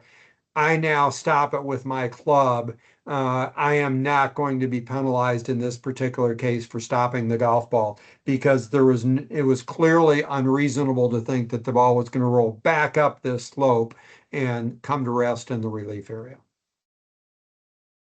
No penalty, and we're just going to drop it again. It's going to count as one of my two drops. It will count, whereas previously, if it hit my foot in the relief area or whatever, then it would not count as one of the drops. Okay, so the penalty for the severe non-procedural stuff is the general penalty for playing from a wrong place. And that is if you drop it instead of place it, or place it instead of drop it. Keep that in mind. All right, Rule 14.4. We're going to talk about the status of the possession of the ball presentation. That was under Rule 6.3. When is a ball in play and not in play, and that. All right, so we're going to look at correcting the mistake of substitution. This is our eraser rule. We're going to go through this fairly quickly because I see the time that I have going and I still have quite a bit left, especially under 14.7. So we're going to see the three subsections, being able to correct our mistake. Then what happens if can we change any rules that we're doing or relief areas or whatever, and then any penalties that may or may not exist. Okay, when I have substituted another ball for the original ball, when it's not allowed. Okay, I've substituted my favorite putting ball on the putting green. The player may correct the mistake without penalty. That's the first thing that you need to remember. So a player puts their favorite putting ball down on the first green, and Catherine's playing with him and says, Doug, what the heck are you doing? I said, man, this ball's awesome. It's the best putting ball I've ever putted with. I'm guaranteed to make it. And she's going to say, well, that may be true, but you can't do that. And so I'm going to be able to correct my mistake without penalty. Only before I played the golf ball, or before I haven't played the golf ball, sorry. So the player's ball in play, replaced, dropped, placed in the wrong way, in a wrong place, or procedurally inaccurate or using a procedure that didn't apply, I can correct all of these under Rule 14.5. Again, as long as I haven't played the golf ball. All right, so correcting the mistake and relief, we're just going to use the same rule and relief option that was originally used. But what happens if I've done something wrong? Or what if I discover after dropping the ball from shoulder height that the ball's going to go a long way and I don't really want to drop there? Can I change my relief option as far as within the penalty area rule, or can I actually go and proceed under another rule? And that depends upon the nature of your mistake. So first of all, was the ball put into play under a rule applied? Okay, so thinking about the picture of in the last slide, the player was proceeding under the penalty area rule, but she was dropping from shoulder height and dropping into the penalty area. So she was not proceeding correctly. She's dropped in a wrong place, but she was proceeding under the penalty area rule, or so she thought. And so, the ball had hit outside and hopped back in. So in that particular case, she's proceeded under a correct rule and actually had dropped in the right place, but the rule required her to redrop the golf ball. In this particular case, that if you see look at the two checks, so in that particular case, we're going to just redrop the golf ball using the same rule and the same option. But what if we dropped in a rule that applied, but in a wrong place? That is, instead of dropping within 2 club lengths of the spot where the ball entered the penalty area, the player drops 3 club lengths away. And so the player is dropped outside the 2 club lengths. Even if the ball comes to rest within the relief area, the player has not proceeded correctly. So we see the red check that the ball was played or put into play under the correct rule, but it's in a wrong place. So that's going to not count. And then there is a scenario where the player is going to declare a ball unplayable in a penalty area and take relief. Well, you can't proceed under Rule 19 for a ball unplayable in a penalty area. You must proceed under Rule 17 for the penalty area. So the player hasn't gotten anything right here. So let's look at the different scenarios. So ball was put into play under a rule that applied and dropped or placed in the right place, but the rule requires the ball to be dropped or played again. So here we have the player dropping it. We see it's a red circle with the white X. That means she's done something wrong. The ball's outside the relief area. In correcting the mistake, she has to use the same rule and the same relief option. Often that deals with the location. Okay, so this player taking relief for unplayable ball used a lateral option, dropped in the wrong way, and it came to rest outside of the relief area. Okay, in correcting the mistake, she's going to have to use the same rule, which is Rule 19, and the same relief option. So now we have a scenario where the player has put a ball into play under a proper rule, but in a wrong place. So here we have a player, she intends to drop the ball back on the line, but she's not, she misses dropping the ball on the line. So in correcting the mistake, she has to use the same rule, but can go now to any relief option. So she can't go back to say, you know what, I'll just put the ball back down and play the ball from within the penalty area. She has to go ahead and operate under Rule 17. However, she may choose to operate instead of back on the line, operate with the 2 club length lateral option. And she can certainly do that because she hadn't gotten right the dropping spot. All right, so again, take that. Okay, ball was put into play under a rule that did not apply. So again, the player is going to proceed under unplayable ball rule for a ball in a penalty area. That rule cannot apply. So in correcting the mistake, the player can use any rule that will apply. So in this particular case, the player drops for unplayable ball, and Catherine looks over and says, "Doug, what are you doing?" And I said, "Well, I'm declaring it unplayable, and I'm taking relief." And she's going, "Well, you can't do that." And oh, okay. So what can I do? Well, you can proceed under Rule 17, uh, or I could put it back down, but now I'm going to get more than likely get a penalty if I've moved the original golf ball. I didn't move the original golf ball, then I can go ahead and go back and try to hit the original golf ball. So I'm going to be just forced to proceed under the proper rule or rules if there's more than one. Can replace the ball, but there is the penalty associated with that, or any relief under Rule 17. Any penalty so what we're looking when we're correcting this, any penalty for actions that were taken after the mistake, which relates solely to the original ball, do not count. That is moving the ball, kicking it, whatever. Accidentally causing to move, improving caps.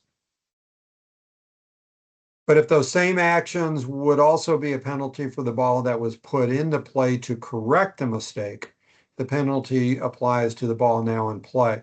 So a good example there is, let's say I've dropped it and it's gone out of the relief area, and now I've asked you for advice in violation of, or breach of that rule.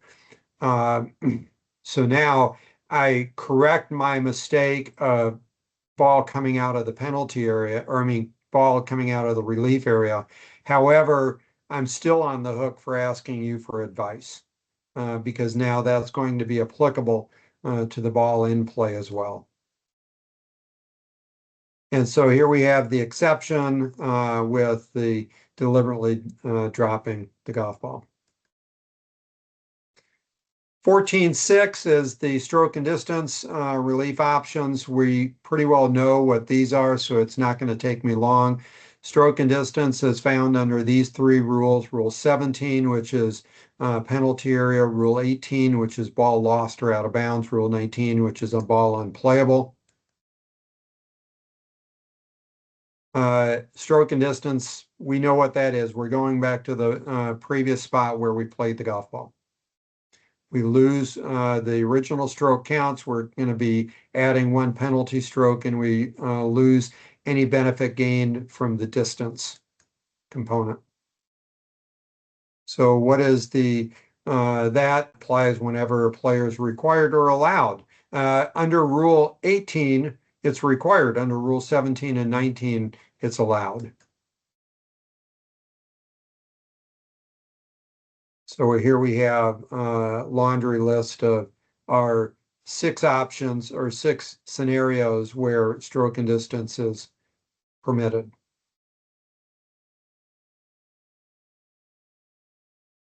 Also applies when playing again after a stroke that has been canceled. Okay, so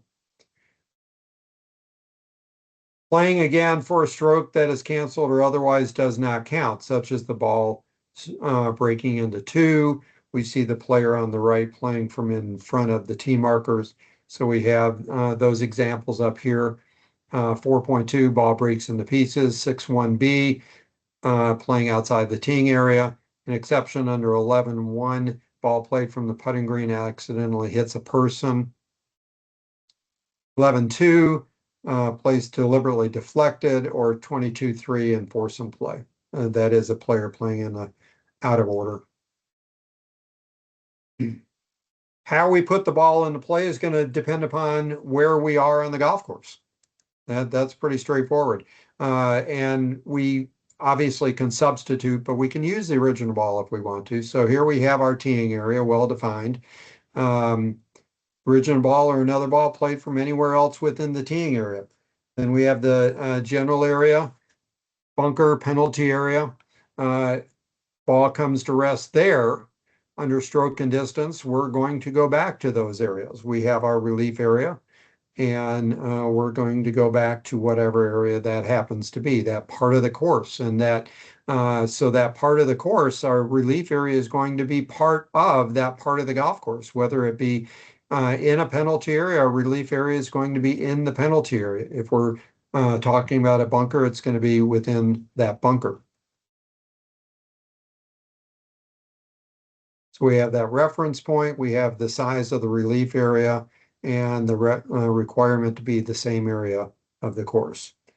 And certainly lastly, on the putting green, we're going to place it. Playing under stroke and distance, where it could be, we're playing Augusta. I've always used this scenario, but it was, I think, in 2013, where we had a player, Tiger Woods, putted from the 13th green into the penalty area and fronting 13 green at Augusta. And so he went back under stroke and distance and just simply placed a ball at its original spot. And if Phil had been so smart under the rules as he claimed he was, when he went and had that ball rolling off the green in the US Open and he ran down and hit it and got the 2-stroke penalty for hitting a moving ball, all he needed to do is let the ball roll out and look at Bones and get Bones to give him another golf ball, or whoever his caddy was at the time, and put a substituted ball down there under penalty of stroke and distance. No problem. Just to clear the original ball unplayable. Playing a ball from a wrong place, we're going to get that general penalty. All right, so now we're going to get to the most complicated part of this rule, which is actually 14.7, playing from a wrong place. 95% of the time, it's easy. It's really very easy. That 5% of the time, though, is the complicated things that we have to be paying attention to. So that's why it's important to consider all of this under Rule 14.7, especially as you are officiating events. Of course, we're going to have our definitions, and then we only have two parts. From where do we play the golf ball, having played from a wrong place? And then how do we complete the hole if we have a serious breach? So let's go through this. The first thing we're going to talk about is defining a wrong place. It's any place on the golf course other than where the ball is supposed to be, that where the player is required or allowed to play and to play the ball under the rules. So it's basically, what do the rules tell the player? From where do the rules tell the player to play? And everything else is a wrong place. Plain and simple. Very, very easy concept. Examples: playing from a wrong place after playing a ball that has been replaced on a wrong spot. So here Johnny Miller has moved his ball marker over a couple putter head lengths, fails to move it back, or maybe moves it back one instead of two, and puts the ball back down and plays from there. That's playing from a wrong place. Notice there's not really a distance component. Well, I'm going to say not really. There is not a distance component in the concept of playing from a wrong place. You're either playing from the correct place or you're not. Or you play a ball from when you fail to replace it. So here we have our player who has kicked her golf ball, and now it requires to be replaced. And whether accidental, deliberate, whatever, she fails to replace it, it's going to be required by the rules, and that's playing from a wrong place. If we play a golf ball that's come to rest outside of our relief area after dropping it, if taking relief under a wrong rule, I drop within the penalty area, taking an unplayable ball relief from within the penalty area, so that the ball is dropped and played from a place other than where I was supposed to play. Again, unplayable ball. I can't apply that rule if my ball's in a penalty area. So the only rule that could apply would be the penalty area rule, and that requires me to drop outside the penalty area. And when I play from within the penalty area, I incur the wrong place penalty. If I play a ball from a no play zone, Certainly, there are golf courses that have lots of no play zones. Keller obviously has lots of no play zones. Some of them are penalty areas, some of them are free relief. Or if a no play zone interferes with the player's area of intended stance or swing. Just because the ball doesn't lie in there doesn't mean that there isn't interference. If you have to go in and stand within this no play zone, or if it hits, your backswing hits a tree that is rooted in this no play zone, you have interference and you are required to take relief. If you fail to do so, you've played from a wrong place. This is true whether you've played outside the teeing area to start play or you play from, maybe you've hit it out of bounds and now you come back and you have to play from within the teeing area, but you happen to play from the wrong teeing area and you play from the chartreuse color tee markers instead of the orange uh, tee markers. And so you've played from a wrong place. And again, this teeing area, even though you play from a wrong teeing area, it's still from basically playing from a wrong place. It is playing from a wrong place. Or when a ball has been played from where it comes to rest after the player has failed to replay a stroke when required to do so. So here we have Ben putting a little bit too hard. He power lips it. He must be at Augusta. Power lips it from the hole. It hits Sam's foot and comes to rest. And maybe, in one case that's a cancel and replay. In other cases, it's maybe Sam was, although he's got a putter in his hand, maybe it was the flagstick. And so it hits his caddy, and it would generally be if it were done accidentally, there's no penalty, and he plays it from his new spot. Or uh, if he were to cancel and replay, then he would be playing from a wrong place. Or here we have a scenario where it would be a cancel and replay, and it's not a cancel and he played it from its uh, new spot. After starting play of a hole, player must make each stroke from where the ball comes to rest. We know that part, except when the rules either tell us or allow us to play from someplace else. If we play from someplace else where we're not supposed to play, it's the wrong place. And that's very simple. It's the general penalty. But now we're going to get to the complicated part of it. So we have a scenario how to complete a hole after playing one from a wrong place in stroke play. Match play, it's simple. I lose the hole. There's nothing that I can do. We just go to the next tee and I'm down one from what I was starting the play of that hole. So, but in stroke play, we have two different scenarios. So once the player has played from a wrong place, the player must decide whether either to play out the hole with the ball played from the wrong place or to correct it and play from a correct place. And then what the player does next depends upon whether it's a serious breach.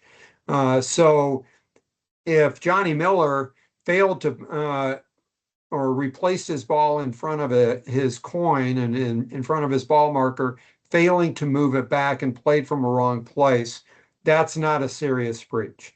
I can tell you that's not a serious breach, and we're going to be talking about that. So anything that happens like that on the putting green, generally speaking, I mean, I can paint a picture that would be a serious breach, but generally speaking is not going to be a serious breach.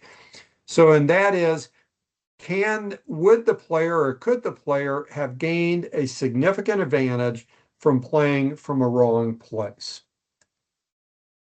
First of all, so now we have serious breach. We're going to see a few definitions here. Serious breach, stroke play from playing from a wrong place could give the player a significant advantage compared to the stroke to be made from the correct spot or the right place.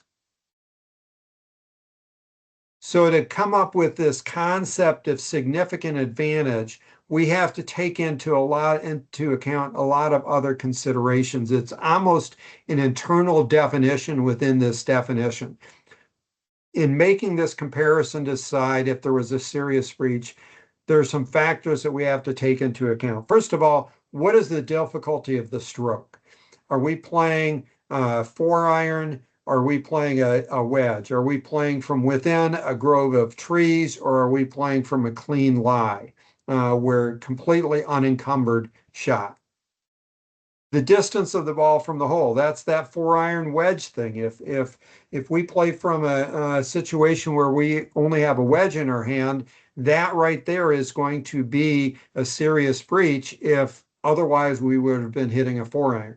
So distance is a significant component of it, but don't always think that it is the only or by far the most important. It is significant, and in many cases it can become the most important, but not always. Okay. So just as a reminder, it's getting close, the bewitching hour at 9 o'clock. I'm going to keep going as though some people are here. If you choose to not stay, that's perfectly fine with me. I'm just going to keep going and then check the website, the YouTube MGA rules website for the recording. It should be up in a few days. All right, third, the effect of obstacles on the line of play.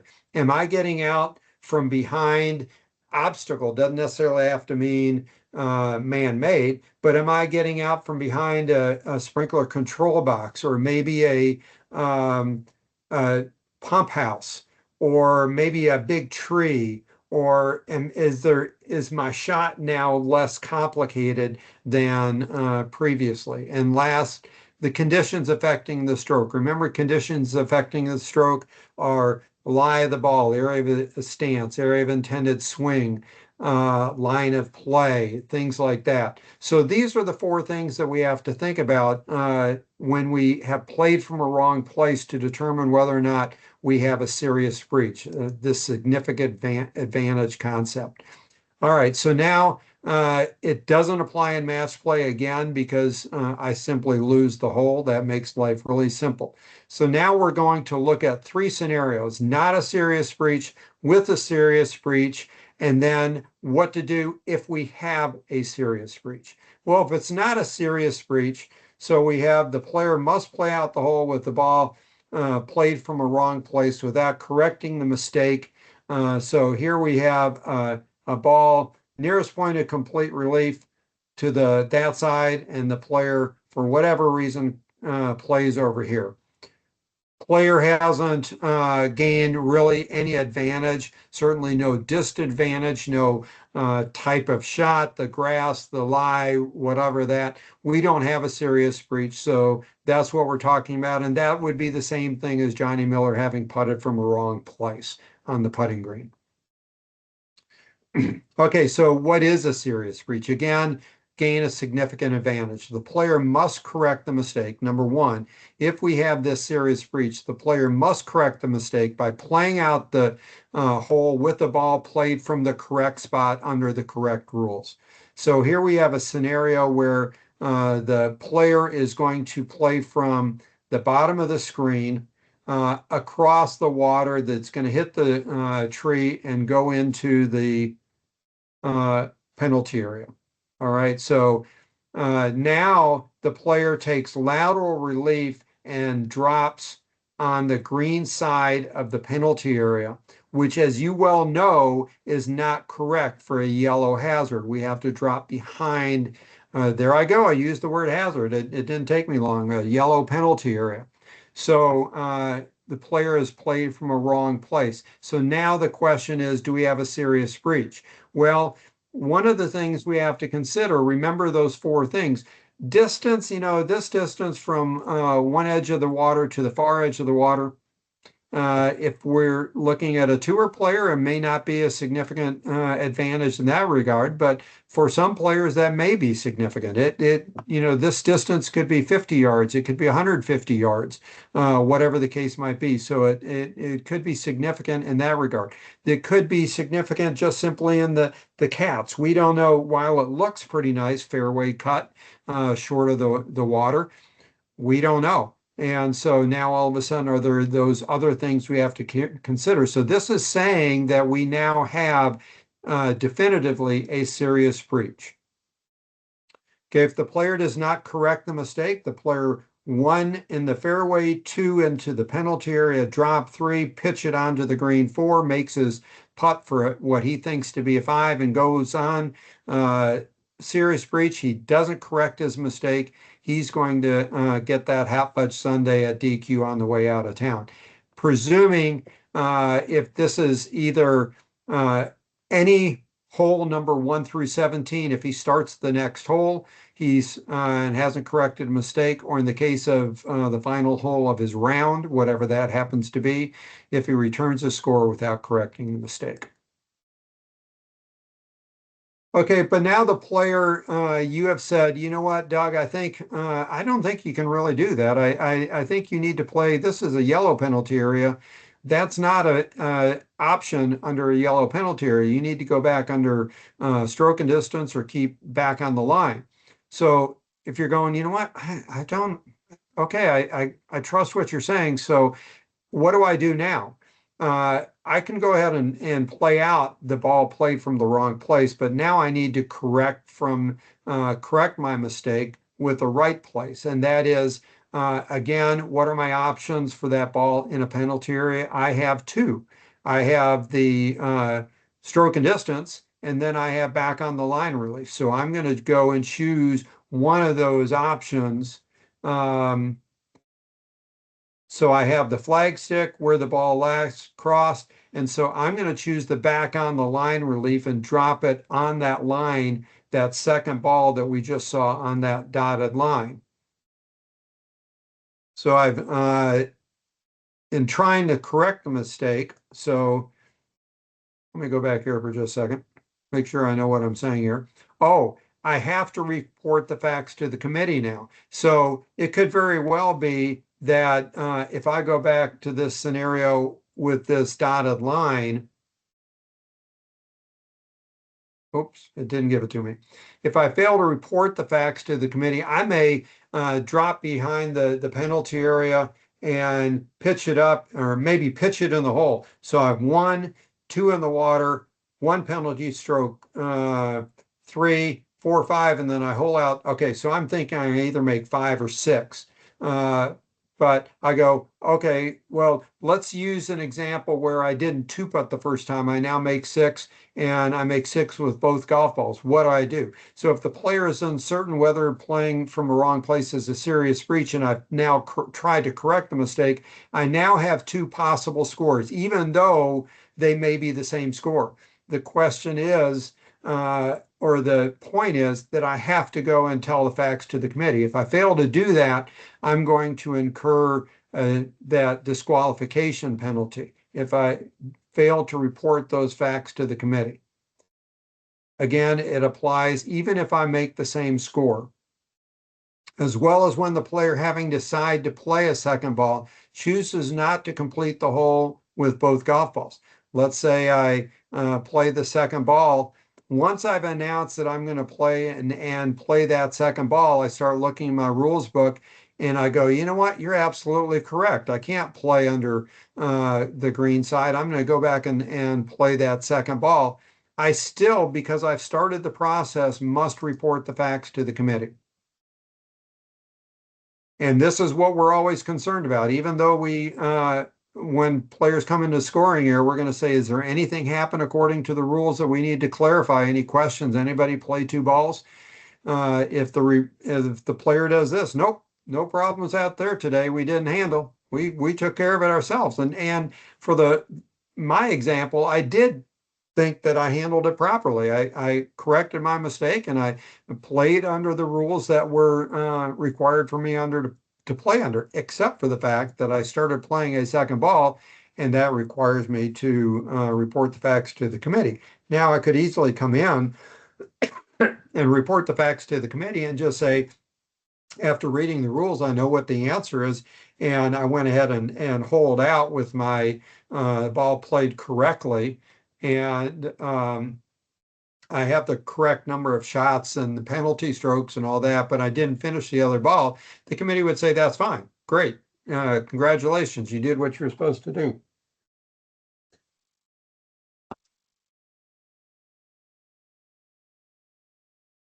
So now, if I actually return or have two scores, now the committee, that's why we get paid the big bucks. Committee's going to have to count on our fingers and toes how many strokes you've actually taken to finish the hole. So the player committee's going to have to decide, was that a serious breach or was it not? I mean, we saw an example where, and it said was a serious breach, but it's not always so clear cut in real life. So we have to be paying attention to that.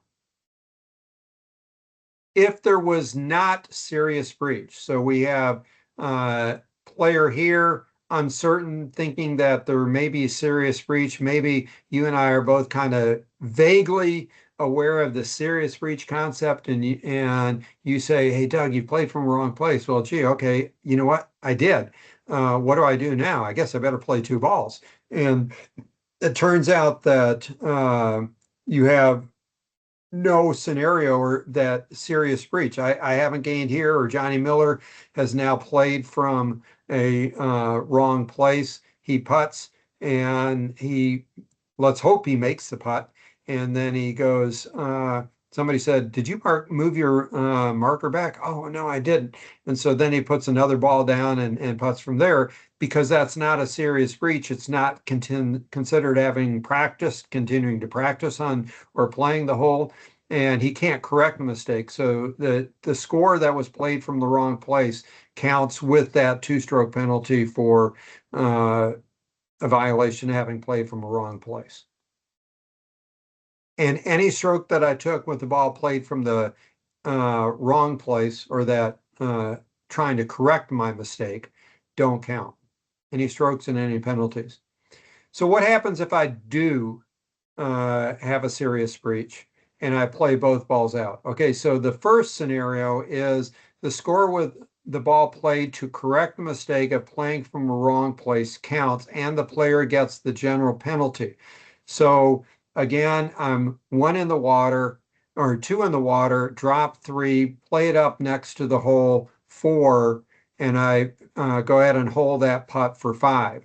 Whereas I then correct my mistake, I have one, two in the water, drop three, I played two shots, or I get a two-shot penalty from having a wrong place, so that takes me to five, and I still have my one penalty stroke that I've already counted, so I'm dropping back on the line, and so I'm laying five. I play six onto where that second ball is, and I two putt, and so I have a scores of 5 and 8. So in that particular case, I took six talent strokes, five talent strokes, one penalty stroke from ball being in the water, plus two penalty strokes for having played from a wrong place. So that's how I get to my score of 8. And certainly any stroke that I made with the ball played from the wrong place, or ball that's ruled not to count, will not count in my score. All right, so now in the really unlikely scenario that I've screwed up the first time and I have a serious breach, and I try to correct it, and I have the other, so I have two ball scores. If the ball played to correct the mistake was also played from a wrong place. All right, so instead of dropping back on the line, that's a yellow penalty area. I measure two club lengths and drop laterally from that point where it last crossed. So I'm not dropping on the line. I'm using my two club length relief drop. So I played from a wrong place with both golf balls. What do I do now? Well, number one is, if the committee decides that it was not a serious breach, so that the ball that I tried to correct my mistake with was also played from a wrong place, but that wasn't a serious breach. That was the procedural breach of playing from a wrong place in that regard. That was not a serious breach, so I just add one additional penalty stroke, and so now I'm up to 9. But if the committee decides that this was a serious breach, for some reason, I don't know what I did, and I really screw it up. And I have two serious breaches, one with the first ball, one with the second ball. Now I may as well just give up. That's a bad day at the office. I guess the general penalty for making a total of 4 penalty strokes, two for playing from the original ball from a wrong place, and two for playing the other ball from a wrong place, uh, or presuming it wasn't a serious breach. Whereas then, and so I need to correct my mistake. I've played, it wasn't a procedural dropping in the wrong place. I played using the wrong option. So I still get the wrong place. I have two wrong place penalties. And so that's going to be, instead of 8, I'm now up to 10. My mistake, I'm not adding very well. And but if now all of a sudden that second ball was also played with a serious breach, I'm going to be disqualified. So that's a lot of information. Let me go back and read some of these questions. I know there was, I know Catherine helped Tom Parker, but making sure everybody looked. And the wording 19 states that the reference point is the spot from of the original ball. There is no nearest point of relief. If 2 club lengths, okay, spot of the original ball, we're talking 19-2, talking ball unplayable with relief, the lateral relief. We need to know the exact location of the ball because that's our 2 club length. That starts our reference point. If 2 club lengths doesn't work, another option can be chosen, or can you drop the two club lengths and then declare it unplayable again? And the reality is that you so just trying to re-clarify, if 2 club lengths doesn't work, and can another option, and that in that particular case is if you haven't made a swing at the ball, yes, you can choose another option. If you haven't, once you a regression going back under stroke and distance is an option. However, once you make a swing at that second ball that wasn't an option, you now have to keep going. So I like to say you can't say, charge me 6 club lengths. I'm going to start, or charge me 3 shots. I'm going to start marking 6 club lengths. So that would be the case in that. So will a player skill level, so we have Mike ask, will a player skill level be considered in determining a serious breach? And Mike, that's a great question. And the answer is absolutely yes.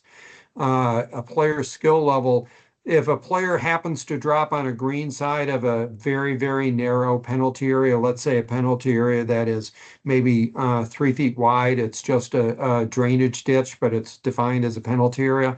He drops on the green side for whatever reason, and it's Scotty Scheffler dropping back on the line behind a 3 foot wide drainage ditch is not going to significantly give him a significant advantage. So yes, by all means, player skill level will influence whether something is a serious breach or not.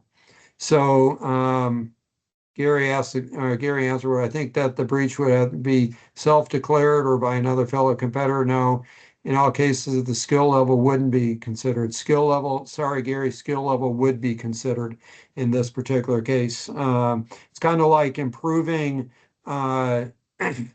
footprints on if you have a green set or if you have a fairway bunker that extends from 100 yards all the way up to the green side, and you grab a rake that's 15 yards, you're a tour player and you grab a rake that's 15 yards in front of you, and you rake a couple footprints that are on your line of play, that is not going to affect a tour player. So there are going to be scenarios that's a dangerous path to go down, and I would tell you that anything that any player that's arguing something like that should be referred you should get a second opinion from somebody like Catherine or myself or Brian C. or to be able to do that. Um, so Eric Johnson asks, if a rules official on the course tells you how to proceed and you follow their instructions, are you liable if the official is wrong? No, you're exonerated from any penalty if it would otherwise normally have cost you a penalty stroke, such as playing in a wrong play from a wrong place. Do you have to declare the score to scoring that you had an issue? If you believe that you were given wrong ruling and it may have caused you have to play from a wrong place or something like that, then yes, any rule scenario is best brought up in scoring at the conclusion of the round to make sure that that situation is handled properly and everything is known to be the case. So I had this scenario in a tournament. Competitor drops a provisional ball in the fairway and then improves the lie with the golf club, probably because he thought it likely would not use the provisional ball. Before hitting it, the player ends up not using their provisional ball. Is there a penalty under 8.1c improving your conditions? And is this a serious breach? I will answer the second one first. It's not a serious breach, but it very well could be something that you can't get out of. And so the question is, will he's dropped a provisional ball, and certainly you drop a provisional ball thinking your original ball's lost, and then within the 3 minutes you find your somebody finds your original ball, you can pick up your provisional. But does that mean you're free and clear if you do anything, have any breaches at that point in time while the provisional ball's on the golf course? Provisional ball's not in play yet, but if you um, if you need let me try to give you an example. One example where you would be penalized is what if you ask for advice? Um, you look over at a spectator or look over another player and say, obviously, I didn't do a very good job playing this last one. How would you play this shot? And so, in that particular case, asking for advice will result in a penalty. And even though your provisional ball is maybe ultimately ruled not to count, or maybe you pick it up, you're still going to, I believe, get penalized in that particular scenario. However, one that may go away, and I'm in danger of saying this, one that may go away is what happens if you inadvertently move your golf ball. I think that's going to stay with you too, because now all of a sudden, if you're playing a provisional and you think you move your ball, um, I guess if you find your original ball, I would say maybe that goes away if you find your original ball within the 3 minutes. But if all of a sudden you start finding your ball, or you drop your ball and you do something, if you think you can get out of by picking up your provisional, if you think you can get out of a penalty that you might have incurred, I think that's going to be a problem because the rules aren't going to want you to do that.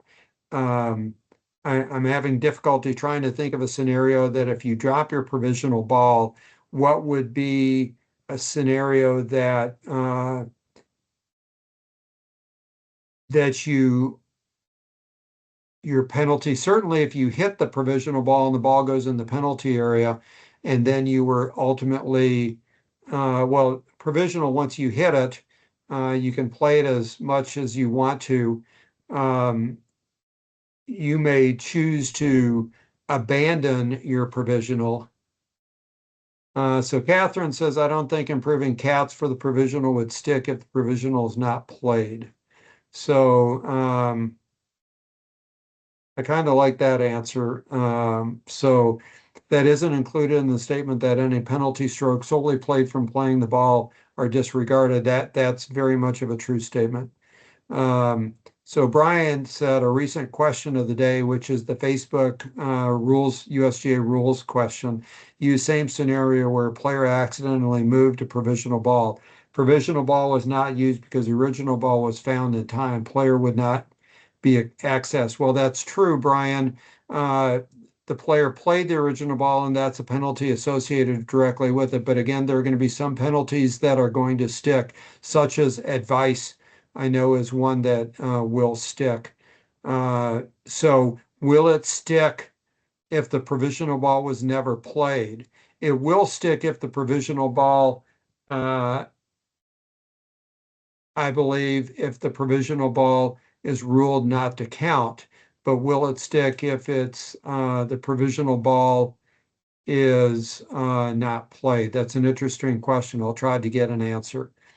So anyhow, um, that is it for this week. If there's any other questions, don't hesitate to feel free to reach out to me and ask. Next week, we are going to be talking relief, why, how, where, when, rules 15 to 19. And I am hopeful, but not very hopeful that the sound is going to work this time. So we're going to go there and enjoy the Masters, everybody. Thanks. Take care. And yeah, well, I guess you should be hearing music. Maybe not. If you're not hearing any music, you will on the recording. So you guys be good. Thanks. Take care. Have a great day. See you. Bye.